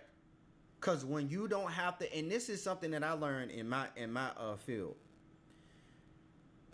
When you... Like, when they did the writer's strike actually affected the whole of production. So if you are part of any union, any film union, you are a part of that writer's strike, right? So they got non-union workers to come in, right? Non-union workers you don't have to pay non-union workers a lot of stuff. They got to make sure that they pay their own taxes. You don't have to worry about they pay their own taxes. You don't have to worry about when you paying them, and when you're not paying them their taxes, guess what? The other part about that is you don't have to worry about giving them any kind of benefits, medical, dental, none of those benefits. You don't have to work. It's not, if they get hurt on the job, you can kick them out. OSHA ain't coming for you for the non-union workers. Who gonna stand? You gonna have to sue them yourself out of pocket. The union not gonna stand it. This is a problem. So when people are hiring non-union workers at a low wage because they're coming from another place, we got a problem. We got a huge problem. As we discussed, many of these people are coming in from mental institutions, from prisons, from jails. They're gang members in other countries. Other countries are setting loose their prisoners. They're opening up their prisons and their mental institutions, and they're taking their bad people, drug dealers, gang members, and they're bringing them into the United States. And by the way, their crime rate is going down, and our crime rate is going to be a disaster. Mr. President? He's not telling he's not telling a lie at this point. This is really if you understand how countries work, a lot of times they will do that. They will empty out their jails when they get overpopulation in their jails. They empty out their jails and send people over into other countries to take care of their dirty birds. It's just them dumping their garbage here in America. And because it's illegal immigration, it don't matter to them. They already criminals. It don't matter to them. I want to get into how you address some of the issues with black communities. And I say that plural because we live in communities of color that are different. We're not all the same. We don't vote the same. We don't think the same. True. It's not monolithic. So as you come here today, I want to talk about something that bursts. And this is the weight of the inflation on this country right now. The nonprofit Money Management International recently released data from its mid-year analysis that we have found a 52% rise in people who are seeking counseling for being in credit debt. They're paying for food that is sky high on their credit cards, and now they can't pay that off. The credit counseling nonprofit MMI, as I said, is saying now that they've seen surges that they haven't seen since we were in a pandemic of people in financial trouble. Much of that falls on the shoulders of single moms, single black moms, when you look statistically. Yeah. How do you turn it around? What's your plan for the black community when it comes to money? So, see, that's not a softball question. That's literally not a softball question. She's asking about how is you being a president going to affect the black community economically. This is one of the big key things that black men are asking about when it comes to Kamala Harris being president. Economically, how are you going to affect me?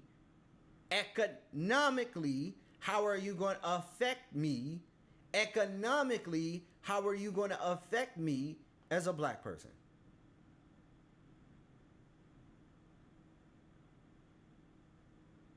She set it up. We got an all-time high. We getting into the ranges of interest rates that we had when we were in COVID. And we ain't got COVID. We ain't in no shutdown. Why are we getting these high interest rates? So let's look at what he says. First of all, it's very hard to hear you for whatever reason because of the fact that they have bad equipment, because I guess, this woman was unable to get the right equipment. But it's very hard for me to hear you, but I can hear every other word. It's very difficult, actually. But so I don't know if they can. I like how he will not get off her neck, bro.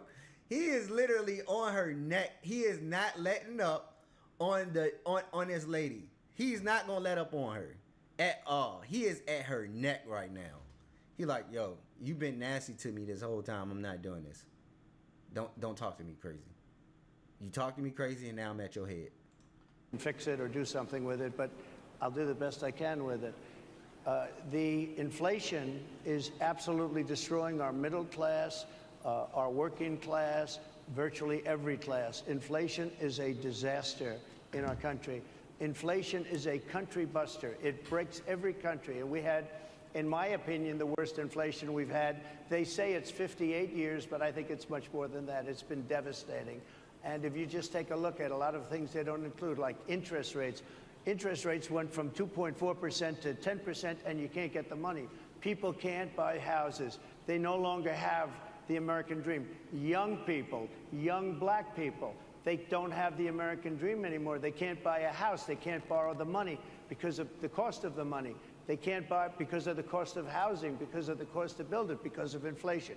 Inflation is a disaster, and it's destroying our country, and it's destroying the black community probably as much or more. So what do you do? Than any. What's your plan? You know what we have to do? We have to bring down the cost of energy, and that's going to bring down the cost of inflation. This was all started with a bad energy policy by Joe Biden.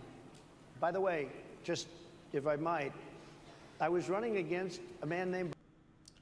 And I'm going to stop right there. I'm going to go back a little bit. He said this had to do with a bad energy policy, right? And I'm in agreement with that, because so remember when we started having this conversation about inflation and how inflation was affected by the fact that we didn't have enough gasoline, or the price of gasoline and crude oil was going up because of what was going on in Ukraine, right?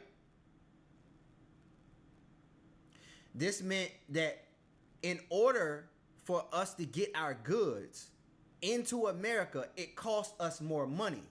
So by it costing us more money to get our goods, everything else went up. So if travel goes up for us as individuals, it also goes up for companies. And companies have to pay that bottom line. So what happens is now we get inflation where everything is starting to go up. Now it costs a lot more money in all other aspects. Inflation goes everywhere. Once it starts, it don't stop. In Walmart prices go up as far as groceries. That don't mean it don't happen in the housing market, because the people in the housing market still got to buy groceries. So inflation affects everybody. So when you have this policy that of the Biden administration that did not allow for us to take control by utilizing our own natural resources, and Trump gonna talk about this, by utilizing our own natural resources, that becomes a problem. Because if we can get off of foreign oil as much as possible, foreign gas as much as possible, if we can get off of that as much as possible, it will also bring down the bottom line. It will also bring down the bottom line of the American people. And then we can control what's going on as far as inflation. But until you get control over the energy, because they want to go green, right? They want people to have electric cars, not taking into consideration electric cars still have to be, in order to charge your electric car, you still got to have gas and nuclear. You still have to have nuclear and gas. And America is a very oil-driven country. We don't do nuclear like that. It's hard to store the nuclear waste. Once you start with nuclear, it's hard to get off of nuclear. But it's nowhere to store that nuclear waste. So again, we're having this conversation of saying, what it is we can do about inflation. He gave you an answer. And the first answer he said was control the issue as far as our energy. Which is literally how we got into this problem in the first place. Again, we're talking about policy. Policy. Not social politics. This is policy, that economic policy. To bring down the cost of energy, and that's going to bring down the cost of inflation. This was all started with a bad energy policy by Joe Biden. By the way, just if I might, I was running against a man named Biden. You probably saw that. And he was losing very badly in the polls, and then he had a rather bad debate. I would say it was a bad debate. I would say it was one of the worst debates in history. And his poll numbers crashed. It's funny, right? And instead of saying, you know, let's keep going, and maybe something happens the other way, they said, oh, we're going to replace him. Let's just replace him. That's like you're in a fight, a prize fighter's in a fight. He's not doing what you say, let's bring in another fighter. So our whole campaign was steered toward him, and now we have to steer toward him. But ultimately, it's the same because they have bad policy. They have policies of open borders, unbelievable open borders, horrible energy policies. They want to get rid of, as you say, gasoline in cars. They want to get rid of oil. They want to get rid of efficient heating. Mr. President. Environmentally, what they're doing is killing our country. They're absolutely destroying our country. But the inflation is the thing that's hurting the black worker, the black population, and every other population within our country. Inflation is the worst it's been, I think, in over 100 years. And they'll fact check it. They'll say it's only 58. Whatever it may be, they don't add all the numbers. They don't add the really bad numbers, and you can check that too. But inflation, Harris, is absolutely destroying this country and the people in our country. Yes, Mr. ma'am. President, can I ask you another question Yes, that is also impacting black Americans? And that's very clear now. Good. I'm sorry? It's very clear. I hear you. Okay. So Sadia Massey, someone from Illinois, an unarmed black woman, was shot the other day in her home by a deputy sheriff. The deputy has since been charged with murder. You've said police would get immunity from prosecution if you win. Why should someone like that officer have immunity, in your opinion? Immunity? Immunity. I don't know the exact case, but I saw something, and it didn't look good to me. It didn't look good to me.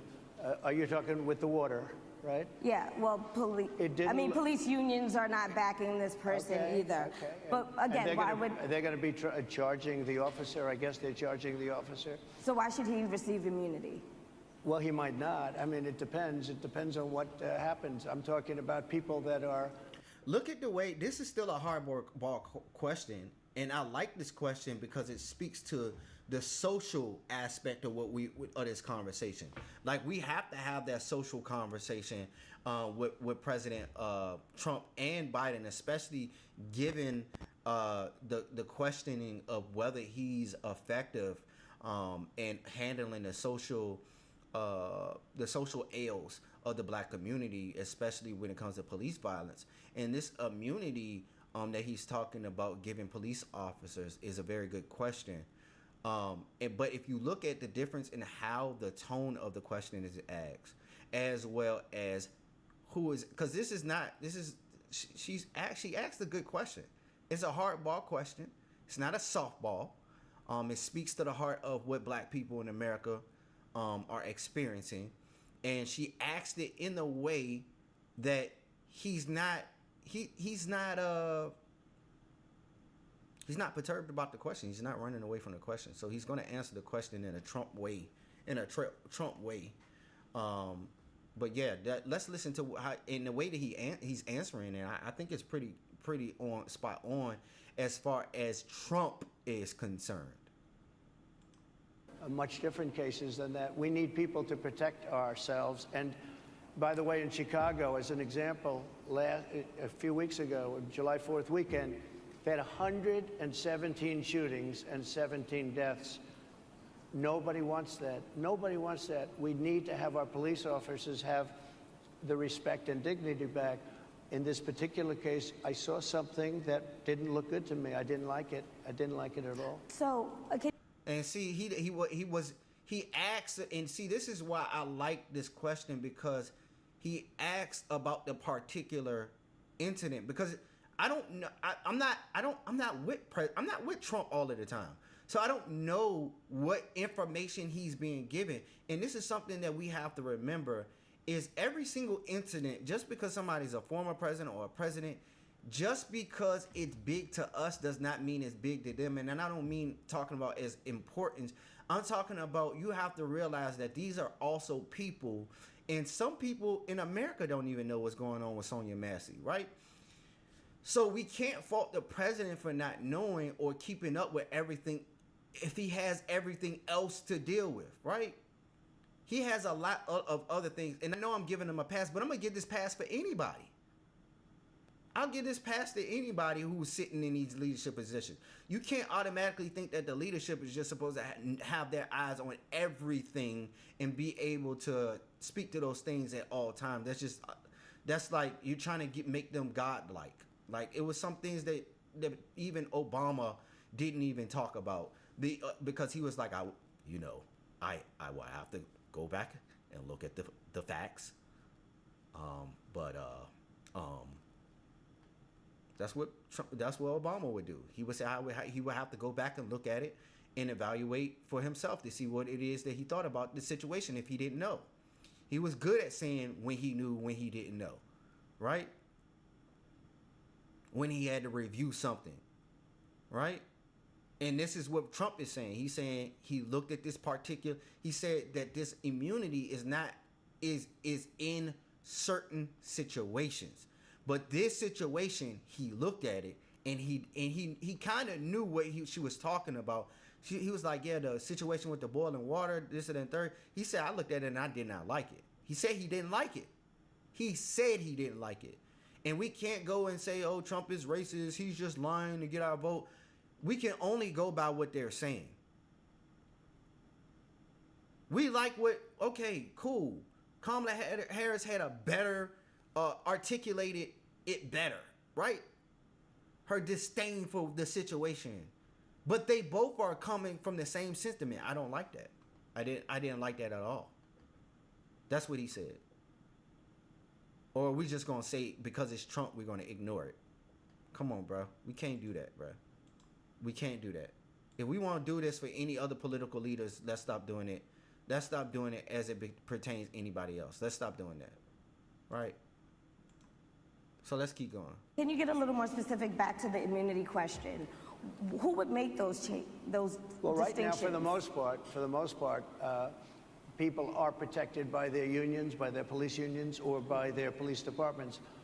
But I'm saying if I felt or if a group of people would feel that somebody was being unfairly prosecuted because the person did a good job maybe with crime or made a mistake, an innocent mistake. There's a big difference between being a bad person and making an innocent mistake. But if somebody made an innocent mistake, I would want to help that person. What would those exceptions be? What would determine you an go innocent after mistake? somebody and it's a very close call and it's very dangerous, and you know they have the policeman's life and woman is a very difficult thing because sometimes you have less than a second to make a life and death decision, and sometimes very bad decisions are made.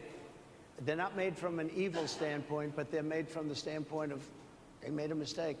So I want to follow up really quickly. I find it interesting because you do talk about rain. And I think what he means is when he says he's talking about immunity, I think he's talking about pardoning people, pardoning officers, or creating some kind of legislation that pardon officers who are, or give them some kind of other benefactor when they're doing their job in their because of the political atmosphere, they're being unjustly persecuted, right?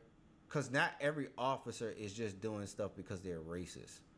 Like, we have to stop this thing of saying everybody is racist at all times, blah, blah, blah, blah. That's just not, it's not true. It's not true. Everybody's not racist all of the time, right? So we have to get out of this understanding and saying everybody's racist at all times and it doesn't matter, blah, blah, blah, blah. Because you're white, you're racist, blah, blah, blah. Because we have allies. How are you going to tell your allies that they're racist too? Like, make it make sense. We don't fight against the people who are fighting with us, right? That's weird, right? That's odd. We don't fight against the people who are fighting with us. So the thing is, I think what he's saying is in very particular instances, they would start off with creating some type of legislation that help police officers in doing their job inside of the confines of our current political atmosphere, which makes sense to me, because we're very scrutinizing of the police officers. And I'm not saying that police officers, because I'm prior service military, so I'm not saying that police officers are having this issue, right? I'm not saying that police officers are bad people across the board, or I'm just in this broad brush support total blue line type of no. I'm looking at these people as people, right? Let's look at it from case to case basis and say what we're going to do. And I think that's really what it depends on. He said we're going to have to look at it case by case. And I think that's fair. Now, do citizens get that same type of leeway? Is another question. So how does this affect how citizens are being treated inside of the judiciary?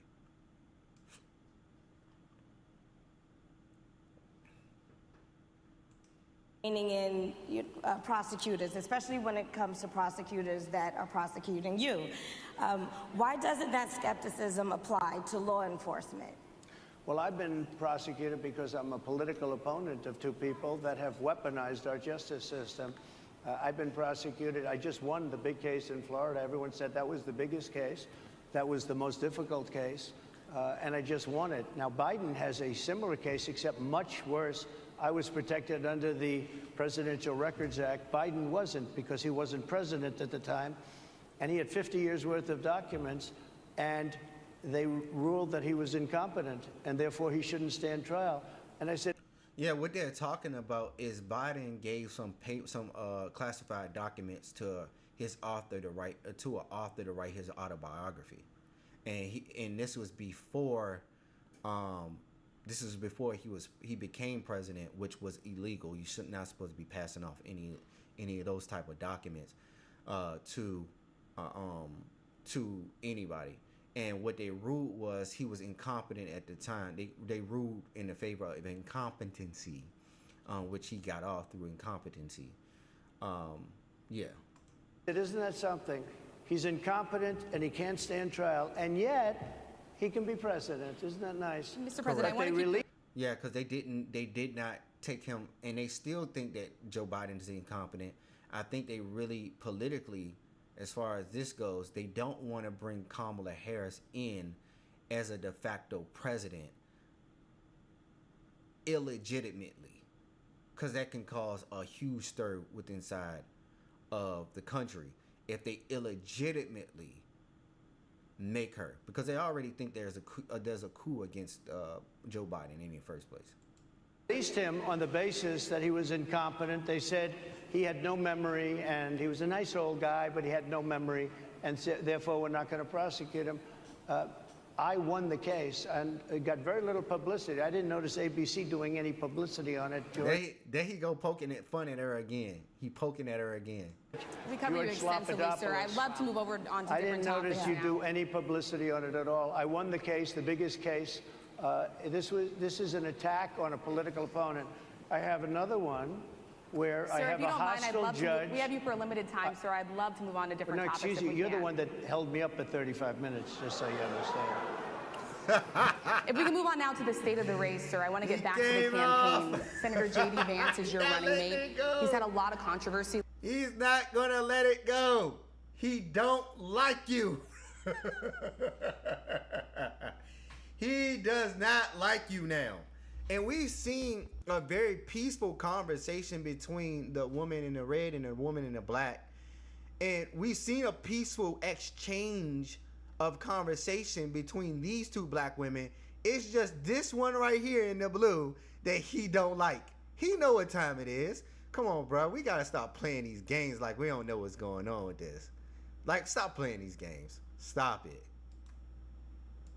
Lately, and I want to read you a few things that he has said in the past. He said the Democrats running the country are a bunch of childless cat ladies who are miserable at their own lives and the choices they've made, and so they want to make the rest of the country miserable too.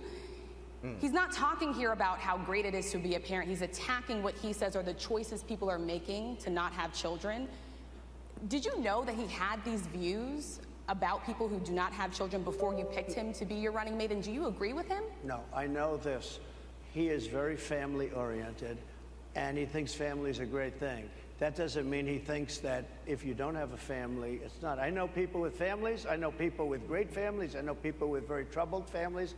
And I also know people with no families. They didn't meet the right person. Things happen. You go through life, you don't meet the right person. But he's not just talking about families here. And he also some says of those that people that don't have children should get less votes than That's those all right. that do. I'm just speaking for myself. Is that your and I campaign think position? I'm speaking for him too. He strongly believes in family, but I know people with great families. I know people with not great families that don't have a family. And the people without the family are far better. They're superior in many cases, okay? He's not saying they're not. What he's saying is that he thinks the family experience is a very important thing. It's a very good thing. But that doesn't mean that if you grow up and you grow older and you don't meet somebody that would be wonderful to meet and would have been good, that that's a bad thing. He's not saying that. My interpretation, you'll have to ask him actually, but my interpretation is he's strongly family-oriented, but that doesn't mean if you don't have a family, there's something wrong with it. Just one last point and then we'll move on. Just one of the bedrock principles of American. Yeah, and that's important to make that distinction because they're asking a question about J.D. Vance, right? Which is a question that they should have for J.D. Vance. So Trump can only give his interpretation of what it is that he said, which is fair. That's very fair. I can't speak for that man. He can only speak for himself. And then also, this is a comment that is old. This is not a new comment. Like this is a very old comment that was made. And when you start holding other people accountable for things other people have said before y'all even had a relationship, that becomes a problem. I wouldn't want nobody to do this to anybody. I'm talking about nobody to do this to anybody. I don't care if we talking about I just don't care as far as it concerns that.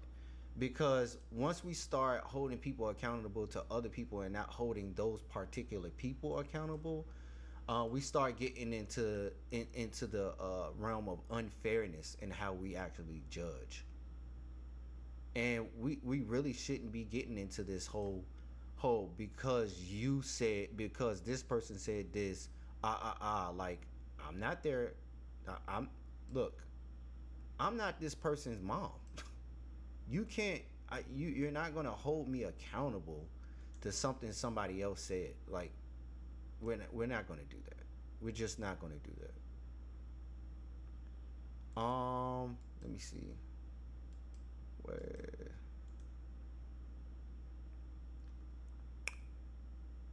So let's continue. American life is one person, one vote. Senator J.D. Vance has suggested that someone who has children should have more votes than a person who does not have children. I just want to be clear here. Is that the position of your campaign? Well, no, but it's not something I have ever heard before. I can tell you this. Right now you have illegal aliens coming into our country, many from prisons and many from mental institutions, and they want to give them votes. I don't think they should have votes. They came into our country illegally, and they're taking the vote away from all of the people in this room that have been here a long time, that have worked hard, that in many cases, and you'll see this happening, if I'm not elected, you're going to see it happening. If I am, you're not going to have any problem.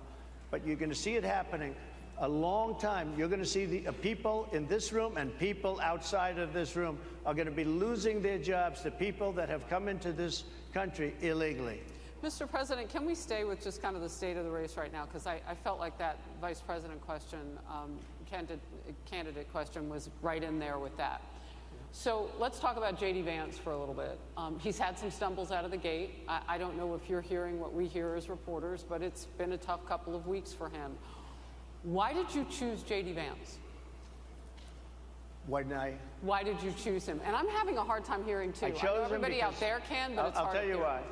I chose him because he's a very strong believer in work and the working man and woman, and especially the working man and woman who have been treated very unfairly, because you have many of them in this room. But you have many of those people, they were treated very unfairly. They worked very hard and they were treated unfairly. He wrote the book, that became a bestseller. The movie became a smash hit. He's a very smart guy without the benefit of having a family that has contacts, like a father that was well connected. He got into Yale Law School. He graduated in 2 years from Ohio State, summa cum laude. I mean, you take a look at, his career has been an amazing career. He started off at a level with a difficult family situation, very difficult with the mother and the father and everything else. He ends up going to Yale Law School and was one of the top students, became the head of the Law Journal. I mean, that's an amazing thing. He's a 4-year, he was in the military with great distinction for 4 years, got out, went into business, became successful in business, very successful in business, actually, did public offerings and other things. And I have to believe in that. I mean, he's somebody that was born in a rough situation. Most of the people know that situation because it was very well documented in his book. And I have a lot of respect for somebody that can get into Yale and become one of the best students in Yale, that meets a young woman at Yale who was also outstanding, and they get married, they have a beautiful family. But he had he's made himself an amazing life. He then goes to Ohio, lives in Ohio, and he had my endorsement. That helped. But he wins the Senate. He becomes a United States Senator. So he's a United States Senator. So Harris, like I respect you for your success, I respect people for their success. The reason I asked the question is because the last time you and I sat and talked was the day that you were shot. We'd been together for much of that day. You left to go to Butler, Pennsylvania, and we didn't know what was next. Yeah. And 2 days after that, I cannot understand your microphone. I know is so it is muffled. really hard for me to it's understand just you too. I can understand you perfectly. Because she's closer. I can understand. I'm happy to hear that. But I can't understand. I have a few more questions. Because of the distance, and the mics are really in lousy shape, but I cannot understand Are you asking a question? what you're saying. So what I wanted to say was the last time we spoke, you said some words that were prophetic because I asked you who you wanted to choose for vice president. Yeah. And you said normally it really wouldn't matter what they would bring, you choose somebody that you think has a future, that sort of thing. But you said these words 3.5 hours before an attempted assassination on your life. You told me that bad things happen, Harris, and that's why this decision is important this time. Bad things happen. You said it twice. When you look at J.D. Vance, is he ready on day one? Does he what? Ready on day one, if he has to be. I've always had great respect for him, and for the other candidates too. But I will say this, and I think this is well documented. Historically, the vice president, in terms of the election, does not have any impact. I mean, virtually no impact. You have 2 or 3 days where there's a lot of commotion as to who, like you're having it on the Democrat side, who it's going to be. And then that dies down, and it's all about the presidential pick. Virtually never has it mattered. Maybe Lyndon Johnson mattered for different reasons of what we're talking about, not for vote reasons, but for political reasons, other political reasons. But historically, the choice of a vice president makes no difference. You're voting for the president, and you can have a vice president who's outstanding in every way, and I think J.D. is. I think that all of them would have been. But you're not voting that way. You're voting for the president. You're voting for me. If you like me, I'm going to win. If you don't like me, I'm not going to win. I'm going to get my J.D. Vance question in. J.D. Vance? I'm going to get my J.D. Vance question in. To your point and to Rachel's point, he, has a lot of opinions about childless women like myself or divorced people like yourself. Do you think, well, I mean, my point is here. But at least it was said in a friendly manner. My point is, do you think the Republican Party is getting a little bit too judgy about people's lives when you think about abortion or when you think about what J.D. Vance is saying? I don't think, look, I think that the Democrat Party is really the one that has the problem. I think they're radical on abortion because they're allowing abortion in the 9th month. They're allowing the But death. I think it's They're about allowing freedom, the death right? of a baby after the baby is born, based on Sir, the that governor is of illegal Virginia. in every state in the country. Based on the governor of Virginia, Executing a they're baby in allowing the every death state of the in the country baby is illegal. after it's born. It's a They're allowing crime. abortions in the 8th and 9th month. of Well, Democrats pregnancy. have denied I think they're right. And I think the Republican Party is actually much less. I think I've made them much less radical, perhaps. But the Republican Party, what we're doing is bringing it back to the states where everybody wanted it. Democrats, Republicans, liberals, conservatives, everybody wanted abortion brought back. They didn't want Roe v. Wade in the federal government. They wanted it, everybody But the wanted majority it of back. Americans oppose Excuse Roe me. v. Wade being They overturned. don't Multiple know polls have about showed that, this. sir. Right now, they're voting. It brought it back to the states. Now, I happen to believe in the 3 exceptions. Ronald Reagan believed with rape, incest, life of the mother. I do. I think most people do. I think most Republicans do also. But if you take a look, right now they're doing, it's an amazing thing, out of the federal government, it's in states, and people are voting. And I will say, Ohio is, let's call it a more liberal version, has been approved. Kansas, the same thing, a little bit surprising to a lot of people. But the people are now voting, and it's taking this issue that's been going on for 52 years and has torn our country apart, and it's giving it to the people to vote on. And they're voting. And many states have already voted. Others are in the process of voting. And it's bringing it back to the people and a vote of the people. And it's not at all radical. And again, you have to follow your heart. I happen to believe in the 3 exceptions. Most people believe in the 3 exceptions. Most Republicans believe in the exceptions. But they don't want to see an abortion in the 9th month or the 8th month. Almost everybody agrees to that. And they certainly don't want to see, in the case of the governor of Virginia, the former governor, I might add, who said, we set the baby aside and then we decide what to do. Meaning, what do? We execute the baby. Yeah, this is actually, what he's talking about is actually true. The former governor of Virginia actually said that. They were having discussions as the discussion was going on, how far along, setting terms of when abortion should be able to be had. And it was a question of whether abortion should be done up until birth, even after birth. So he's not incorrect. The governor of Virginia said this. This is something that was, and I'm in Virginia, so don't none of y'all non-Virginians come over here and say, no, he didn't. Yes, he did. He very much so did.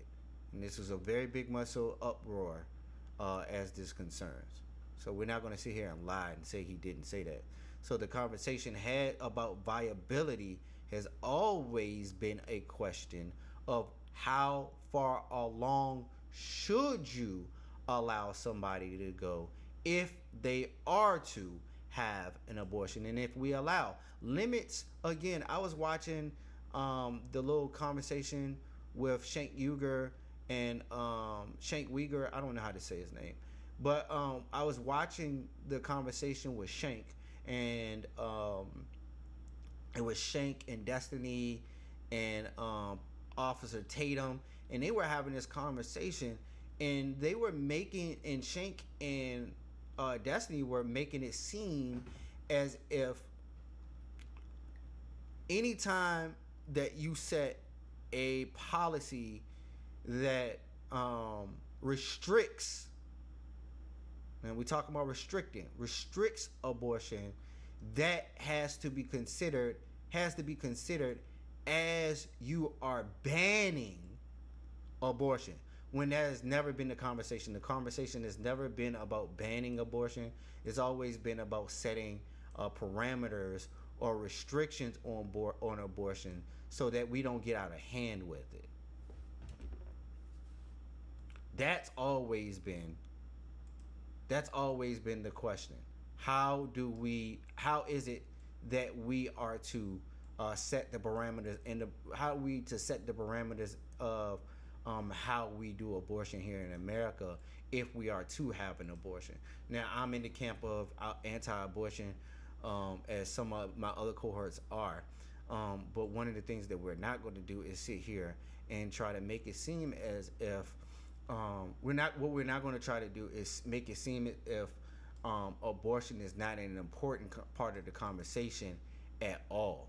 Like, we have to establish that abortion is a part of the conversation, and how we do abortion, how we do, because I got to be careful about the things that I say now because we live on TikTok at the moment. But the way that we do things in America as it concerns this particular situation has to be addressed, right? So if you live with me on TikTok right now, that's what I was doing in the background, testing TikTok. If you live with me in the background on TikTok, we are live on YouTube. Come follow me at Always Just John on live on YouTube. Can I? That's a radical, horrible position. And some people want that. I don't want it. Most people don't. Thank you. Can I just pivot really quickly to another question about, you brought up health, Harris. You're an active man. We see you golfing all the time. But if you win, you'll still be president at 82, which is older than Biden is right now. But not mentally. Look, mentally. Here's the question. He's shot. But most people. Would you consider? Most people. I know many people in their 80s and their 90s that are in great shape. Some of our greatest leaders.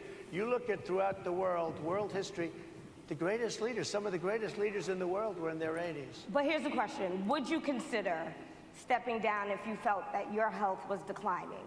Or would you? Oh, absolutely. And who would make, I think I'd know. How would you make that decision? I think I'd know. Look, if I came onto a stage like this and I got treated so rudely as this woman treated me. Oh, my goodness. No, and my I'm goodness fine now. with it because she was very rude, sir. Very rude. That was a nasty, that wasn't a question. She didn't ask me a question. She gave a statement. That wasn't a question. I repeated your statement, sir, actually. You said you would. You would Oh, make that absolutely. decision If I to step thought down. that I was failing in some way, I want people to be sharp. I'll go a step further. I want anybody running for president to take an aptitude test, to take a cognitive test. I think it's a great idea. And I took 2 of them and I aced them. Well, I took 2 of them. But let me ask you. Yeah. I would like to have people running for president. And I don't mean because they're 75 or 85. I think anybody running, I'd like to do it. People say it's not constitutional. I would like to have something passed where you can do it. I think we should know. I mean, I've watched what's happened in the last couple of years under this gentleman, and our country is a mess. We have inflation. We have the millions of people falling in. We have Afghanistan, which was the worst, most embarrassing moment in the history of our country. What he has done to our country, and her too, what they've done to our country, she has been a horrible vice president. She's considered the worst vice president in the history of our country. Don't mean to interrupt you, but would you consider taking the cognitive test? Mr. President. I would love to and do make it. it public. Well, I've already taken 2 of them, but I'll do it again. Mr. President, how do you intend to... I suggested, Harris, that let's take one. I said, Joe and I will go and take a cognitive test. Now, I'd do it with her, too. I would do it with her also. You know what? She failed her law exam. She didn't pass her law exam, so maybe she wouldn't pass the cognitive test. Mr. President, I think she wouldn't have. Just to be clear, I'm just giving you the facts. To be clear, you don't think Harris how do you intend She didn't pass her bar exam, and she didn't think she would pass it, and she didn't think she was going to ever pass it. And I don't know what happened. Maybe she passed it. She did pass it. There's a man over here. I think he must work for Mr. her. President, I would love to ask you about January 6th. You've called yourself the candidate of law and order. Yeah. When Time Magazine asked you if you would consider pardoning all the rioters, you said, yes, absolutely. Sure. You called them patriots. 140 police officers were assaulted that day. Their injuries included broken bones, at least 1 officer lost an eye, 1 had 2 cracked ribs, 2 smashed spinal discs, another had a stroke. Were the people who assaulted those 140 officers, including those I just mentioned, patriots who deserve pardons? Well, let me bring it back to modern day. Like about 5 days ago, we had an attack on the Capitol, a horrible attack on the Capitol. You saw the people that were protesting and spraying these incredible monuments, bells, lions, all these magnificent limestone and granite with red paint, red spray paint that will never actually come off, especially in the limestone. It will never, I'm a builder, I know about this stuff. It'll never, you'll see it in 100 years from now. They viciously attacked our government. They fought with police. They fought with them much more openly than I saw on January 6th. What's going to happen to those people? What's going to happen to the people in Portland that destroyed that city? But sir, my question is on those. What's going to happen to the people that tried to burn My question is on those rioters who assaulted Excuse officers. Me. You have to would you pardon what's those going to people? happen? Oh, absolutely, I would. You would pardon those? If they're innocent, I would pardon them. They've been convicted. And by the way, the Supreme Court just well, they were convicted by a very tough system. How come the people that tried to burn down Minneapolis, how come the people that took over a large percentage of Seattle, how come nothing happened to them? How come the people But sir, we're talking about people that were seen beating officers with flagpoles, dragging them down the stairs. They're on video. Have you seen that video, sir? Oh, really? Well, they you would pardon those. You would pardon those rioters. And see, this is a problem that I'm having with this type of rhetoric, because we had no problem or no qualms with saying anything about Black Lives Matter, right? No problems, no qualms talking about Black Lives Matter and how that movement destroyed a huge swath of black communities, right? They destroyed a huge swath of black communities, that's one. And they burned down cities and occupied cities in the name of democracy, or what they feel democracy is. Justice, I should say justice, not democracy. In the name of justice, they did all of these things.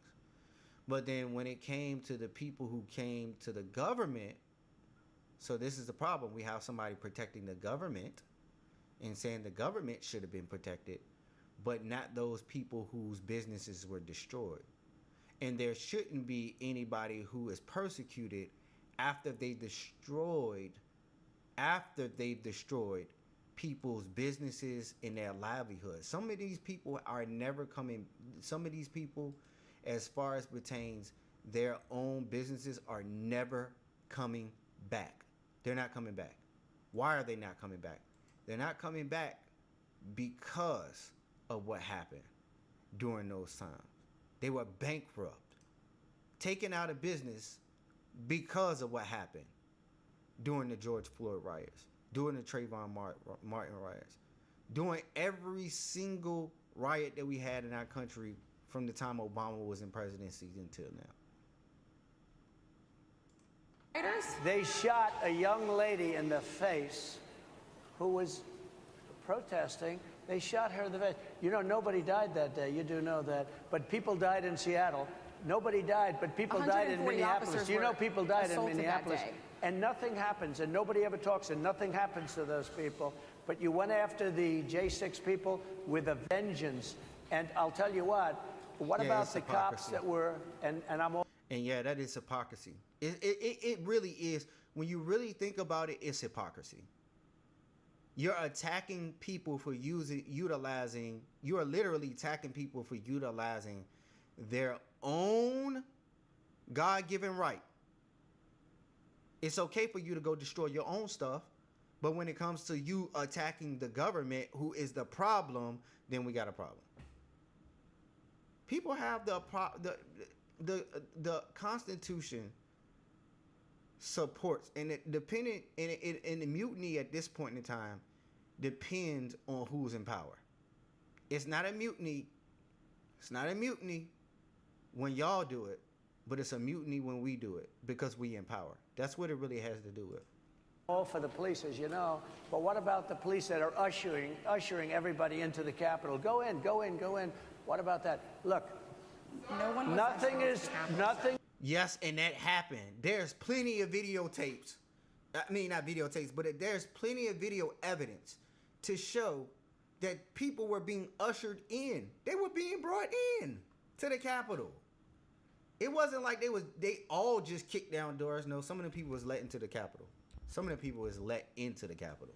Nothing is perfect in life, but you have people from Minneapolis, you have people just from 5 days ago in Washington, D.C. They were having fistfights and fighting with the police.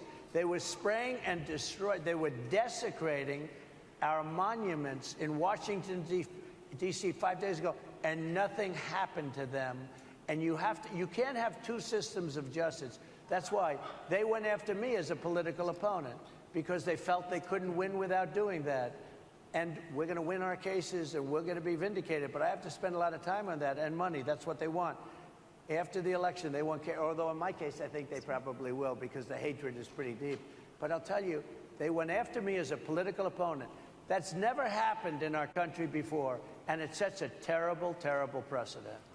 What do you do on day one if you... Yeah, he is correct. It does set a terrible precedent of a president utilizing the judicial system to attack a former president. Like that is literally, that's war. That is war. The other part about what he said, and I gotta rewind it. Washington, D.C. Oh, speaking of those protesters, they weren't just protesting in America. They weren't just protesting in America. They were protesting America. They were taking down American flags and putting up another nation's flag. Listen to me clear. They were taking down the American flag and putting up another country's flag. In any other country, they would have met their demise for simply being out of line. We seen a woman the young lady who went to jail in where was she? She was in Dubai. She went to jail because she was being irate. None of this stuff that we do in America would fly in other countries. And because of our freedom, we act as if we are not supposed to have any kind of decorum, or because of our freedom, we're not supposed to put any kind of caps on the freedom that we have. That's odd to me. That's very odd to me. 5 days ago, and nothing happened to them. And you can't have two systems. But I'll tell you, they went after me as a political opponent. We want people to come in, Harris, but they have to be vetted, they have to be checked, they have to come in legally. I want people to come into our country, but they have to be vetted, they have to be checked. So when you say, what do? That, and I drill, baby, drill. I bring energy way down. I bring interest rates down. I bring inflation way down so people can buy bacon again, so people can buy a ham sandwich again, so that people can go to a restaurant and afford it. Because right now, people can't buy food. Your grocery bills are up 40, 50, 60%, right? She's agreeing to me. Oh, she's agreeing. Thank you. I like you very much. But it's true. Your grocery bills are up. And then they're mandating that you buy an all-electric car. You know, Elon Musk endorsed me, and he's a friend of mine. He's a good guy. He's a smart guy. But I'm against everybody having an electric car, okay? I'm very much against that. You have to be able to, if you want a hybrid or if you want a gasoline-propelled car. But, you know, we have more liquid gold, gasoline, oil, under our feet than any other country. More than Saudi Arabia, more than Russia, more than any other country. I want to use it. I want to use what we have. I want to bring down prices, bring down costs, and I also have to stop the invasion. And remember, they're taking your jobs. These people coming in are taking your jobs. Project 2020. So, yeah, that's the end of the video. They're gonna end up. That's pretty much the end of the video. For that video, right? We can go into talking about other people's understanding or what's going on, but as you can see, like, he's very clear on what his policies are. He's clear on lowering the interest rates of the housing market, fixing our energy crisis, fixing the immigrant crisis, and these are all things that are tangible to us. These are things that are tangible to us, we the people. And if Trump is successful in doing these things, Republicans are going to be in power for the next 8 to 12 years. Republicans are going to be in power for the next 8 to 12 years. Because Republican policies would be the policies that make America. Oh my God. Can't believe I'm saying it online. Republican policies would be the policies that make America great again.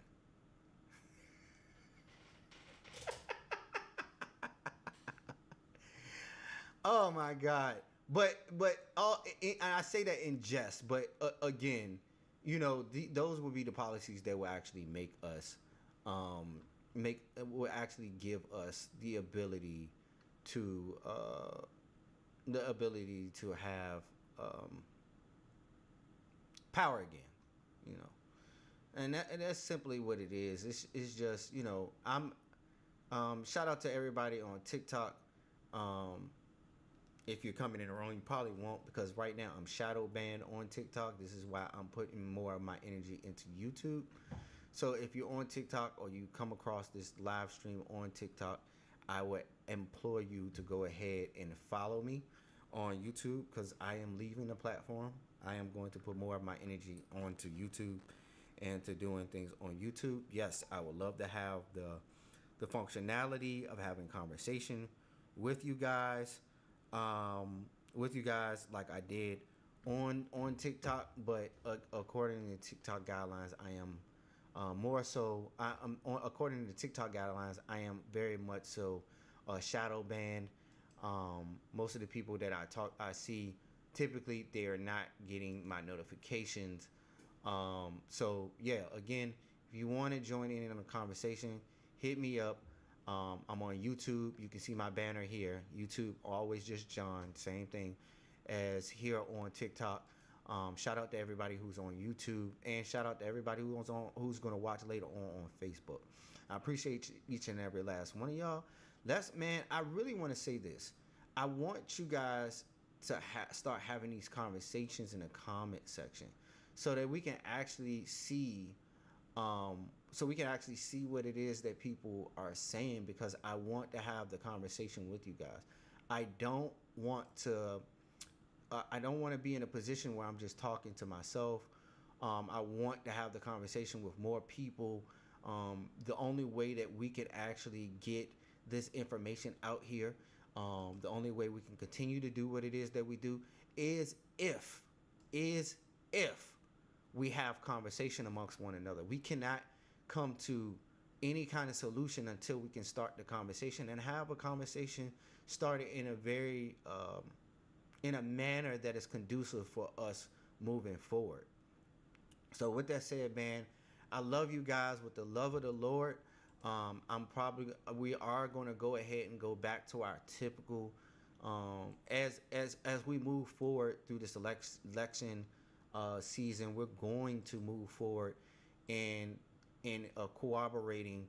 I'm sorry, not cooperating, but adding in what we do on TikTok here on TikTok into what we do on YouTube. So we're definitely going to be doing live streams that allow us to we're going to do live streams that allow us the ability to actually talk to people on live stream, and we're going to be doing Bible studies and things like that. So you're going to see a lot more of that on YouTube coming from me. I love the format that we have here on TikTok, because I can get other people in on the conversation, which is something I wish YouTube would do. But that's a TikTok thing. That's solely a TikTok thing where we have group discussions. So, you know, with all of that said, man, if you come over to the live stream on YouTube, or you start watching the YouTube live streams, I'm going to ask that you start the conversation, have the conversation. Not only does it help with the algorithm, but it also helps with us as we move forward and how we do things, right? Because this is about community. The first thing that God implemented when he created mankind was he created mankind to be community. He said, let us make man in our own image and in our likeness. And God created man, right? We're talking about Genesis 1:26. And he created man and man.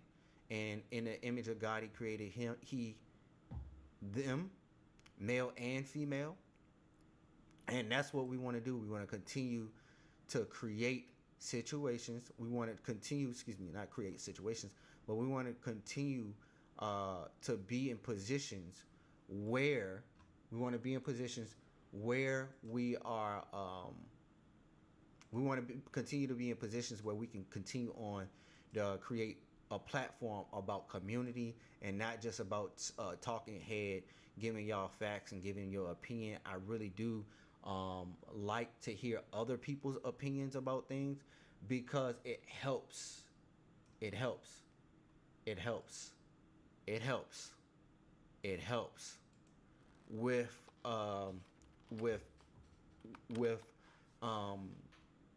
creating a diverse understanding of how other people think. And if I can learn how you think and you can learn how I think, it helps with us building community so we can move forward. And one of the things we want to do, especially as believers, is to create an atmosphere where we can all move forward together and not be placed in these echo chambers where people of diverse communities can't speak or have these dialogues in a manner that's conducive to us moving forward. So again, I love you guys all. I'm going to end my live on YouTube. Much and peace and blessings to you guys on YouTube and on Facebook. Peace and blessings to you guys on TikTok. I love you all. Good evening, because it's 1:26. Peace.